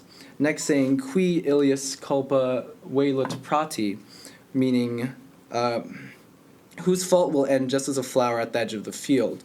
The fault referring to his love affair with Lesbia, personified as a beautiful flower, which Lesbia, the plough, destroys. Finally stating praeteronte postquam tactus aratro es, meaning after disregarding me, she tills the fields. Tilling the fields also had a connotation of sexual promiscuity, reflecting Catullus' attitude towards Furius and perhaps himself. One must question why these seemingly unrelated parts are placed together. Not only does Catullus address Furius and Aurelius, but he also sends them to deliver his letter of revocation to Lesbia. One scholar, Kinsey, discusses the poem reflecting on the specific words used. First, Kinsey discusses the use of comites, which suggests a positive message, and also mea puella, which too is a positive way to address Lesbia despite the negative tone of the poem. And from this, he later concludes that the poem is most likely two different parts. I disagree in that Furius and Aurelius are described in ways that belittle them sexually. Their terrible sexual histories could be used as a reminder to Lesbia of how she was unfaithful. Then again, if Furius and Aurelius are truly being commended for their faithfulness, then that aspect could be used to again illuminate Lesbia's actions. If interpreted like this, then the long discussion of their journey could cement the idea of their faithfulness, with the first two couplets discussing the faithfulness of Furius and Aurelius being in contrast with the last two couplets discussing the unfaithfulness of Lesbia. Despite the fact that these two different interpretations exist, both use Furius and Aurelius to insult Lesbia. Both definitions lend themselves to the two being one whole poem, which uses the separate parts to create a complex and full insult that can only be observed when considering the whole of Catullus' works. The question of Lesbia's role remains in contrast to that of Furius and Aurelius. Forsyth states that the poem should be focused on Lesbia, but the addition of Furius and Aurelius is relevant. He believes that the final stanzas of the poem are a reversal of the standard, and instead Lesbia, in essence, rapes the 300 men just as she would Catullus by cheating on him. The mention of Furius and Aurelius is to liken them to Lesbia. Although Catullus and the other elegists place the mistress in a position of power often, I disagree with this conclusion in that Furius and Aurelius are more often subject to Catullus' insults than described as perpetrators. All three are being insulted, Lesbia, Furius, and Aurelius. The degradation of Lesbia here is similar to the degradation of Furius and Aurelius in other poems. Thus, Catullus is using the pair as a vehicle of insult towards Lesbia. All of the insults and offenses Catullus has made towards Furius and Aurelius become directed at Lesbia. The insult in the last two couplets is offensive, but without the first half of the poem, it loses the complete insult, and thus it loses much of the power that it had. And from all of that, considering all of Catullus' poems, I conclude that this poem must be won.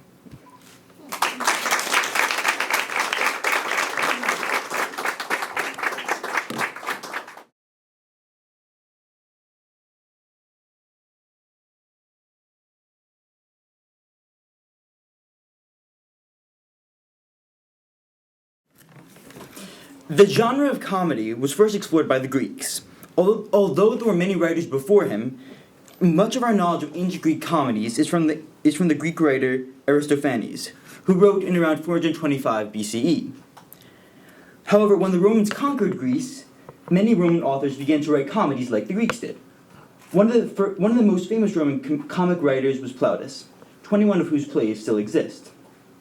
2,000 years after Plautus came the birth of the film industry, and with it, silent comedies. These films began as novelties in museums, and then spread to features shown in arcades, and finally into movie theaters called Nickelodeons. From these early films came the first movie stars, such as Charlie Chaplin, Max Sennett, Harold Lloyd, Buster Keaton, and Edna Purviance, and many, many more. Even though separated by 2 millennia of history, these two forms of comedy are remarkably similar. Both Roman comedies and silent films were assembled from a fixed collection of characters and plot points, but as they progressed, their content became more diverse as the authors began to show their skills to a more specialized and more educated audience.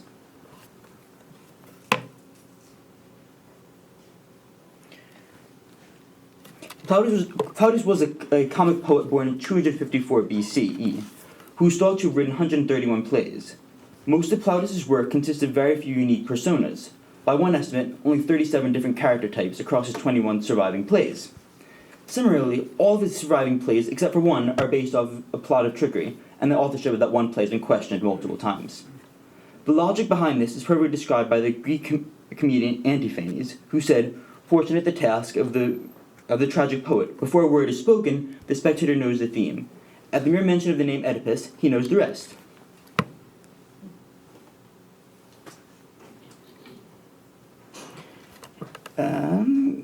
Instead of having to pay close attention to describing the mood of the characters, all the writer had to do was to have the actor exhibit a few characteristic traits, and the audience would quickly grasp what was going on. The Roman audience seems to enjoy the performance the most if they knew exactly what would happen, which was the cause of all the long summaries that were contained in the prologue of these plays. In each of these prologues, a character with knowledge of the whole show would come out and give background on some of the characters and provide clear hints about what would occur. Similarly to Plautus's 37 characters, the chasing is a classic image of many plays, going back to some Roman plays. Then, in the late 1800s, the short films that were produced to show the new technology of film usually consisted of simple chasings and not much plot. However, Max Sennett brought the chasing to a whole new level. Sennett's Keystone Cops were the first early equivalent of Tom and Jerry. He figured out creative ways for them to get up, pile into cars, sometimes literally, and then fall out. Charlie Chaplin, as well as many other famous comedians, got their start working for Sennett. Because Sennett's work was revolutionary, he was able to turn out films at an astounding rate, especially considering the state of technology at the time. The usage of the chasing was similar to the usage by Plautus of limited number of personas in that it made the rapid production of shows easier.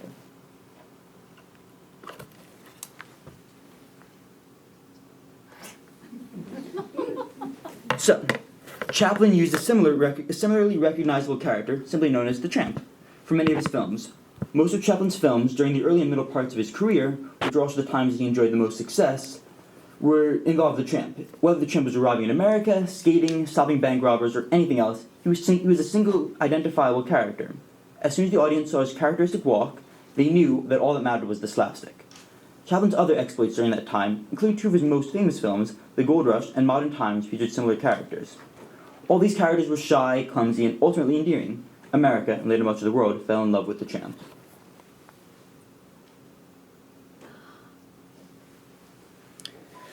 One of the climactic points in Plautus's Amphitryon is when the slave, Sosia, returns from battle to find Mercury, disguised as Sosia, guarding the door.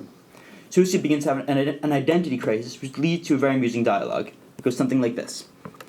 Mercury says, "Today, you will never make me alive unless I am Sosia."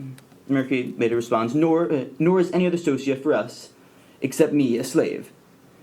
Finally, after much arguing, Sosia is convinced, and he says, "He conquers by arguments. Another name must be searched for by me." Mercury eventually concedes, "When I wish not to be Sosia, by all means, be Sosia yourself. Now, since I myself, you will be beaten unless you leave from here, unknown man." What makes this exchange so amusing is that the audience knows that one Sosia is real and one Sosia is Mercury. However, the real Sosia does not know that the other Sosia is fake, and is eventually convinced that he himself is not in fact Sosia.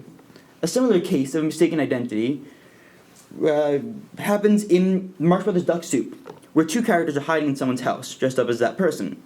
One of the people hiding runs into the owner of the house and is forced to pretend to be his mirror image. The scenes are amusing because of how absurd they are, but also because the audience knows something the characters do not, which means that they can sit back and enjoy the humor. The plays of Plautus enjoyed successful runs throughout his life. However, Terence, another Roman comedian who was born only a couple of years after Plautus, instead decided to write for a more educated and selective audience. Despite the small time difference, for the most part, his writing style is completely different from Plautus's. Plautus, as well as many other Greek and Roman theatrical writers, made use of prologues that spelled out exactly what would happen in the rest of the play. However, Terence decided to break away from that tradition and instead either left out a prologue or wrote a short prologue that did not give very much away.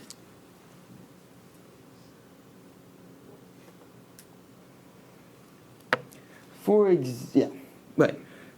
example, in his play Hecria, meaning the mother-in-law, he leaves out the prologue entirely. There is one. It focuses on the fact that the last show was interrupted by a circus, so it couldn't happen.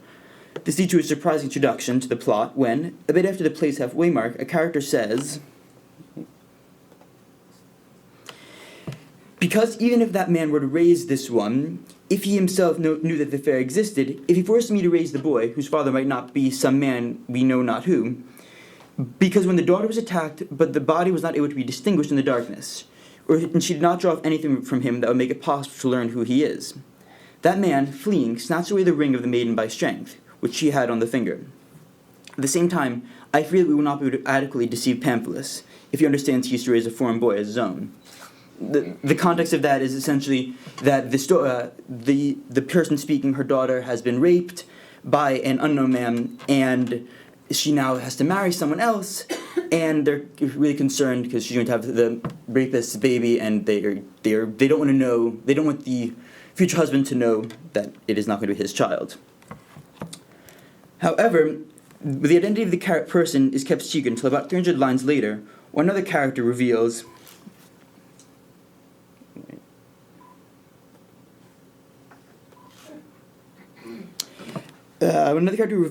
he acknowledges that he himself, meaning Pamphilus, the future husband, had unknowingly attacked by force on the road, and he says that he himself had taken the ring from that woman while she struggled. This woman, Myrna, who is the mother of the daughter, recognized it recently from encircling me on the finger. She asked where it came from. I told her all this. Thence the investigation happened that Pamphilus had attacked on account of this, and from this the son was born. This kind of suspense was very rarely used in Roman plays. The audience was used to getting an entire summary of the play during the prologue. However, not only is the conflict not mentioned until about halfway through the play, then it takes 250 lines to be resolved. Interestingly, Hector was not very well received, but even so, Terence still insisted that it be performed. In his later play Eunuchus, Terence imitated Plautus' style, and it was his most monetarily successful play.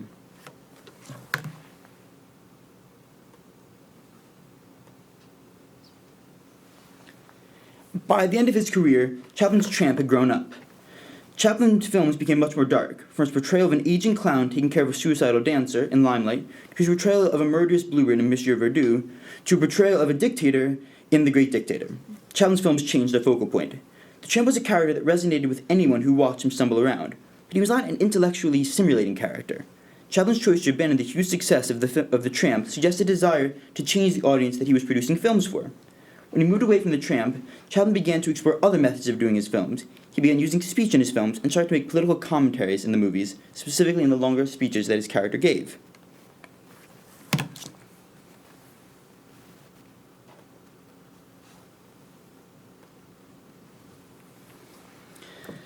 Similarly to how Terence shifted away from Plautus and Chaplin shifted away from the tramp, other comedians shifted away from the long, monotone chasings that Max Sennett's comedy so much relied on. While before there was a set template for comedy, a short moment of plot background at the beginning of the film, which was then followed by a long, repetitive chasing, comedians like Buster Keaton and Harold Lloyd decided to add much more background to their plots, and then have longer chase scenes. Each of their films had a different kind of chase scene, employing many different vehicles, contexts, and props. The chase scene in Harold Lloyd's film, Dr. Jack, has to be my personal favorite for its complete ingenuity. In this chase scene, Dr. Jack, played by Lloyd, is trying to convince a family that there's a psychotic killer in the house, and that Dr. Jack will save him. In reality, Dr. Jack is pretending to be the murderer himself to give his patients some excitement. We'll see to a wonderful series of quick changes, tug-of-wars, and one-sided fist fights. It is an amazing scene in that there are so few moving parts, yet everything fits together, so that every 10 seconds or so, there's a hilarious new moment in the chase scene. I apologize for this next slide. Roman influence on modern American life can be seen in our Republican government, as well as in models from many important establishments. However, it is rarely acknowledged how much of an influence Rome had on our sense of humor. Even though the first recorded joke is Egyptian, the volume and range of the work that Greek and Roman authors produced has developed our sense of humor and our attraction to plays. Though people like to put Rome on a pedestal to show them as a moral high ground, suggesting that we are in a state of intellectual decay, their joke books and plays tell a different story. They are filled with racist jokes, racial stereotypes, jokes about people's mothers, dirty jokes, and all the other hallmarks of modern-day culture and humor. Attempts have been made to bring these jokes into the light. However, they have not proved successful on any large scale. If this presentation accomplishes one thing, I hope that it causes a number of people to actually take the time to read some ancient Roman jokes. They're better ones.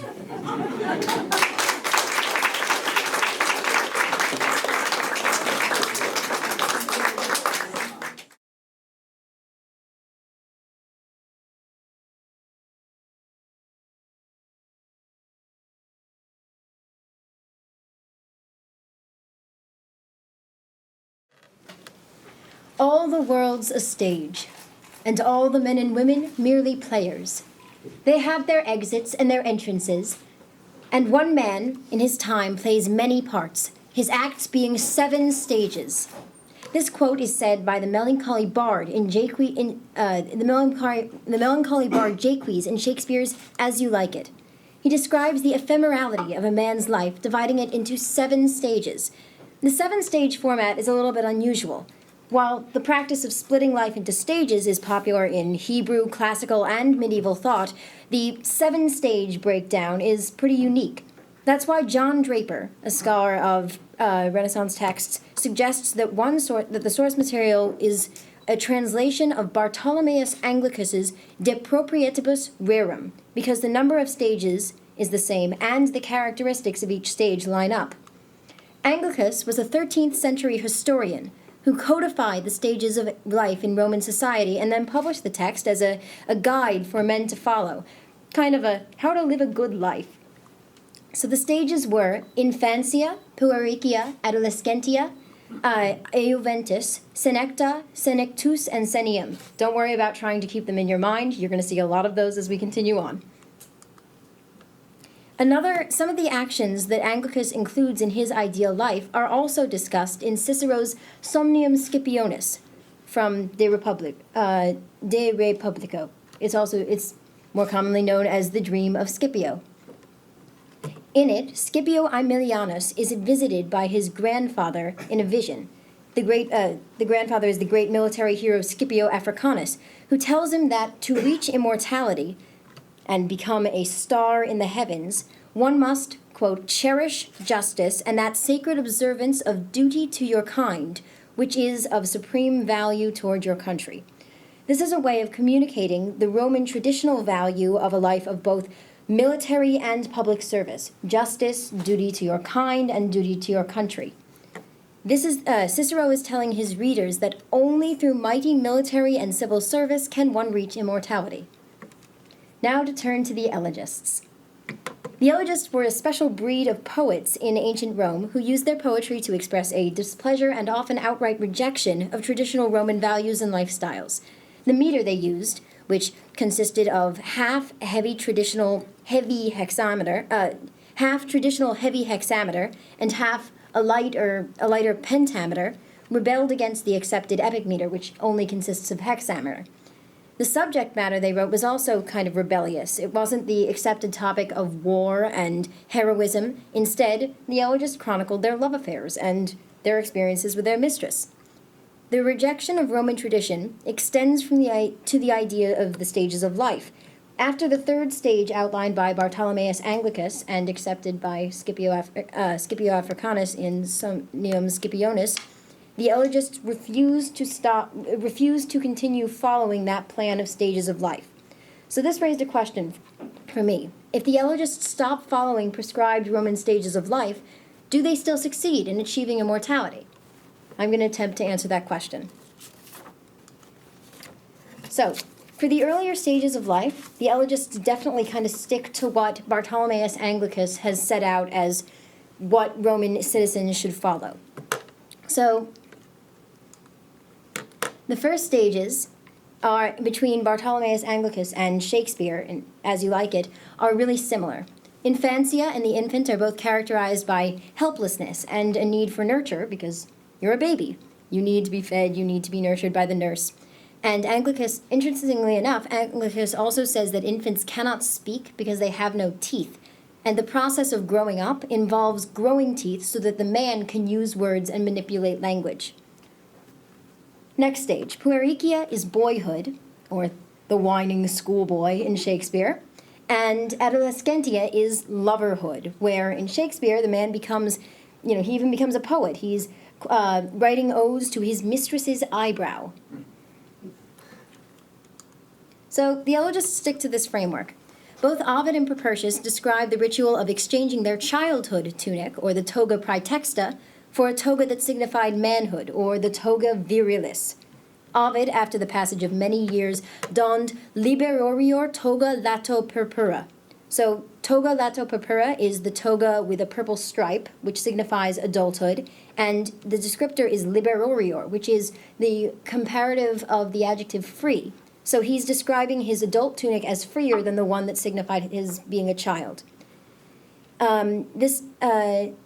Propertius similarly experienced freedom, libertas, when the pudor or restraint of his toga praetexta was removed.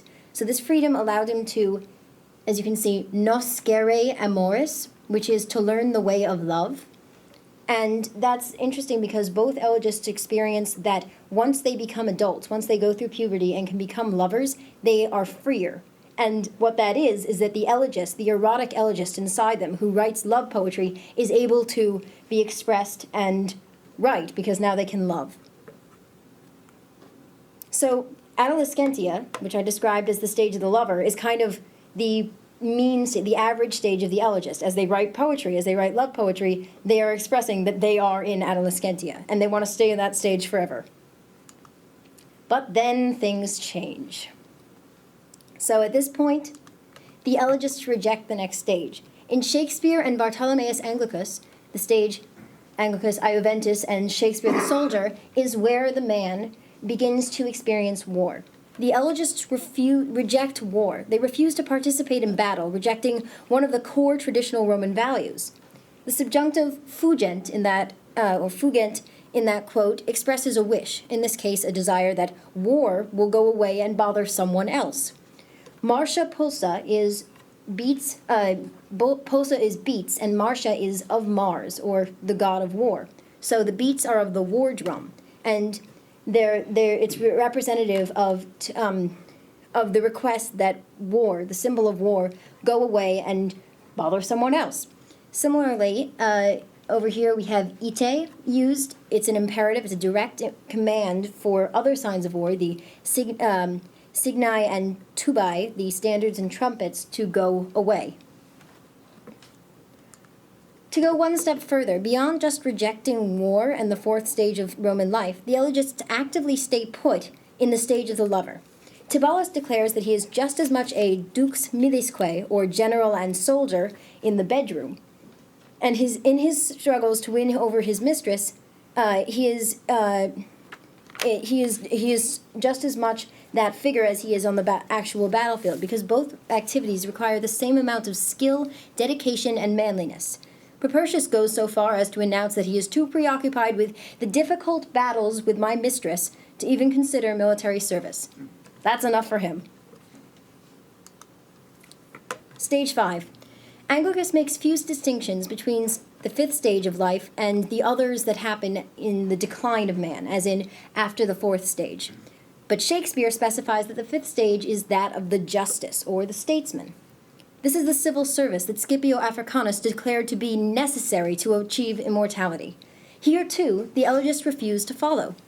Ovid explains how the Senate, or curia, restabat, or awaited him. This makes sense because Ovid, as a member of an elite family, would have been expected to participate in public service as a senator.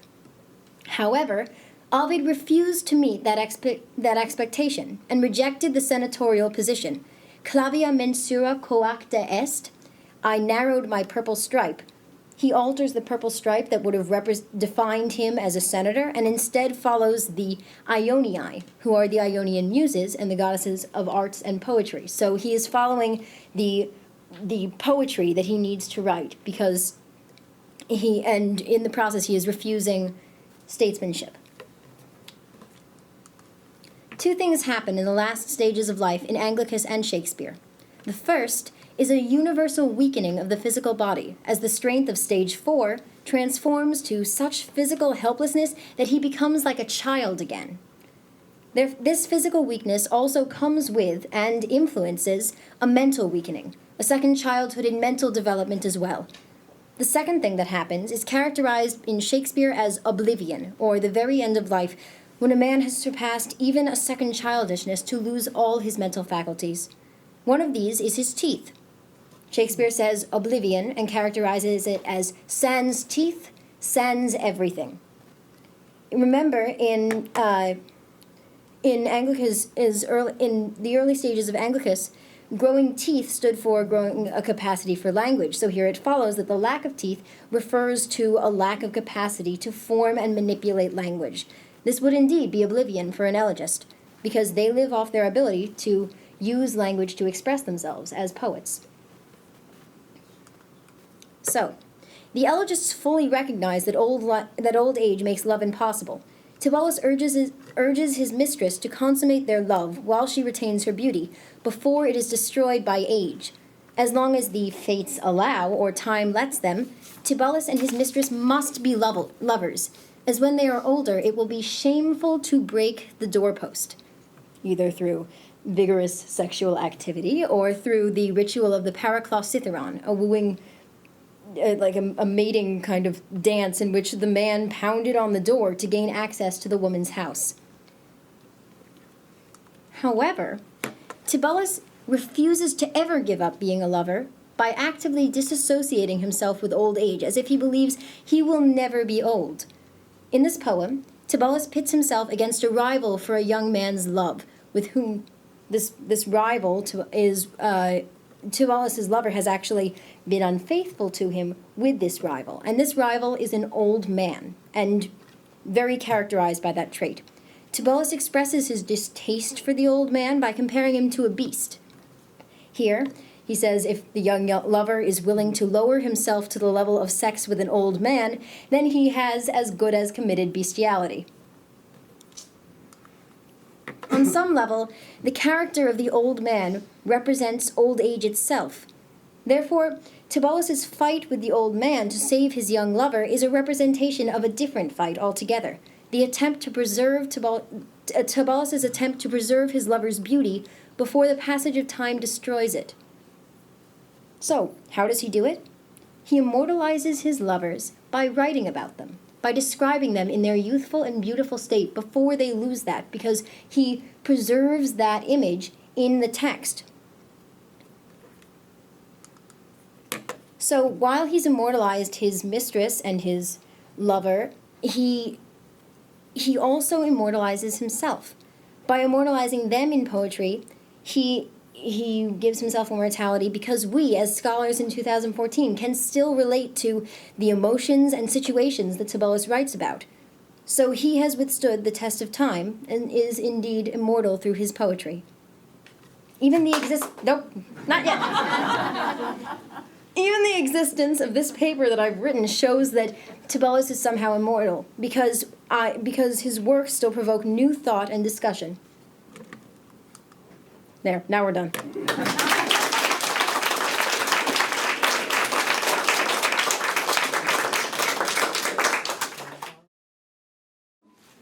Any comments or suggestions? We're only going to take a couple because we're well over time.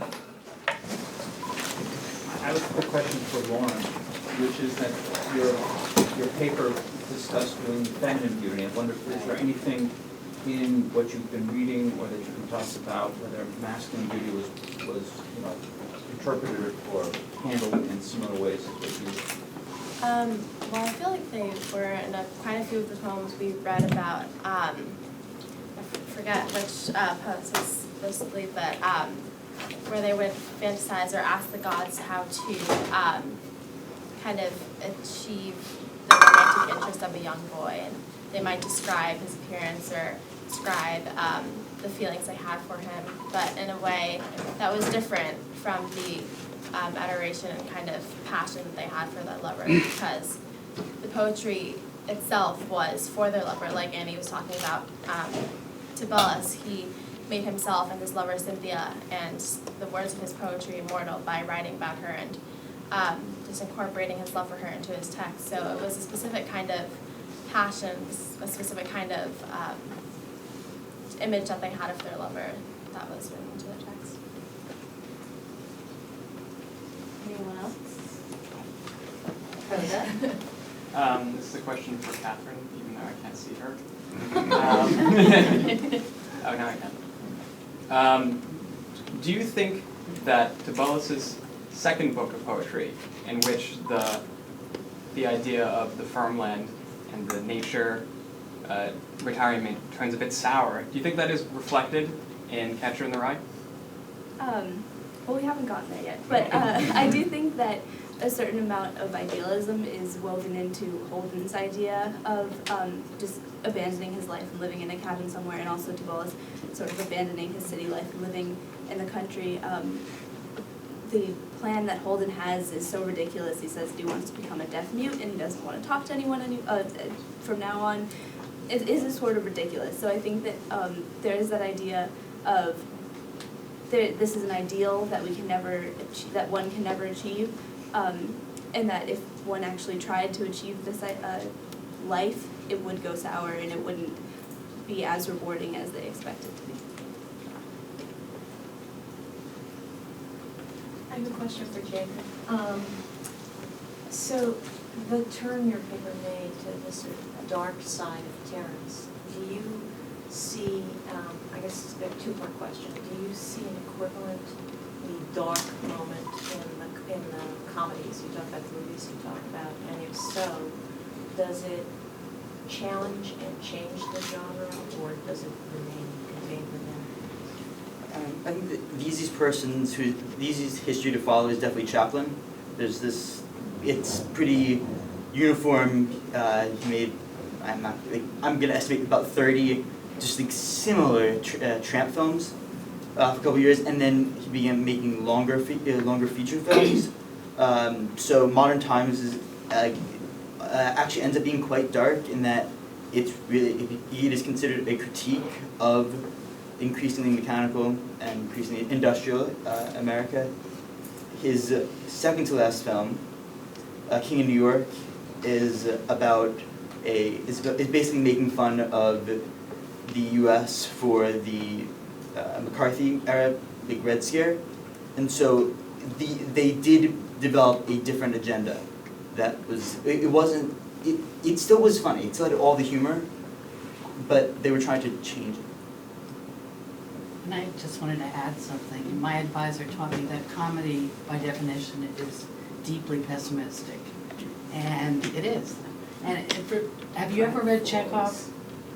Read Chekhov, okay? He calls the cherry orchard a comedy in 4 acts. And as someone later commented, it was the death knell of Russia 12 years later. On that cheerful note. Thank you all so much. Thank you. Oh, wait a minute, there was a question from, one more AP question? Yes. Okay. This is a question for Jessica. I apologize. In your connection between the Trojan War and the works of the elegists, do you think there's any particular character who corresponds to Lao Kun, the character who is sort of a martyr for his cause and who dies even though he's ultimately correct? Also his children and family.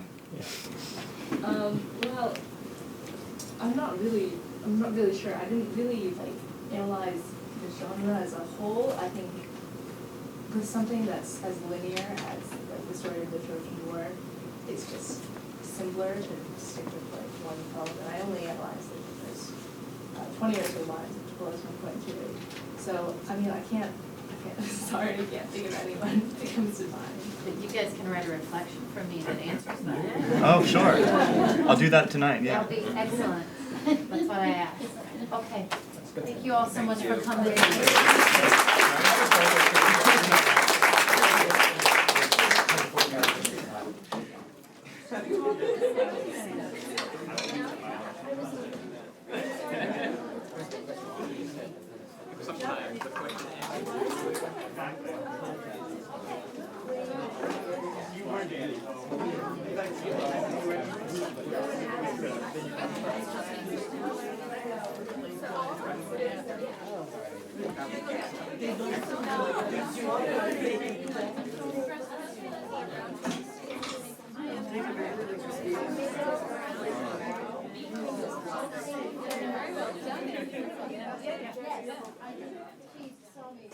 Oh, right.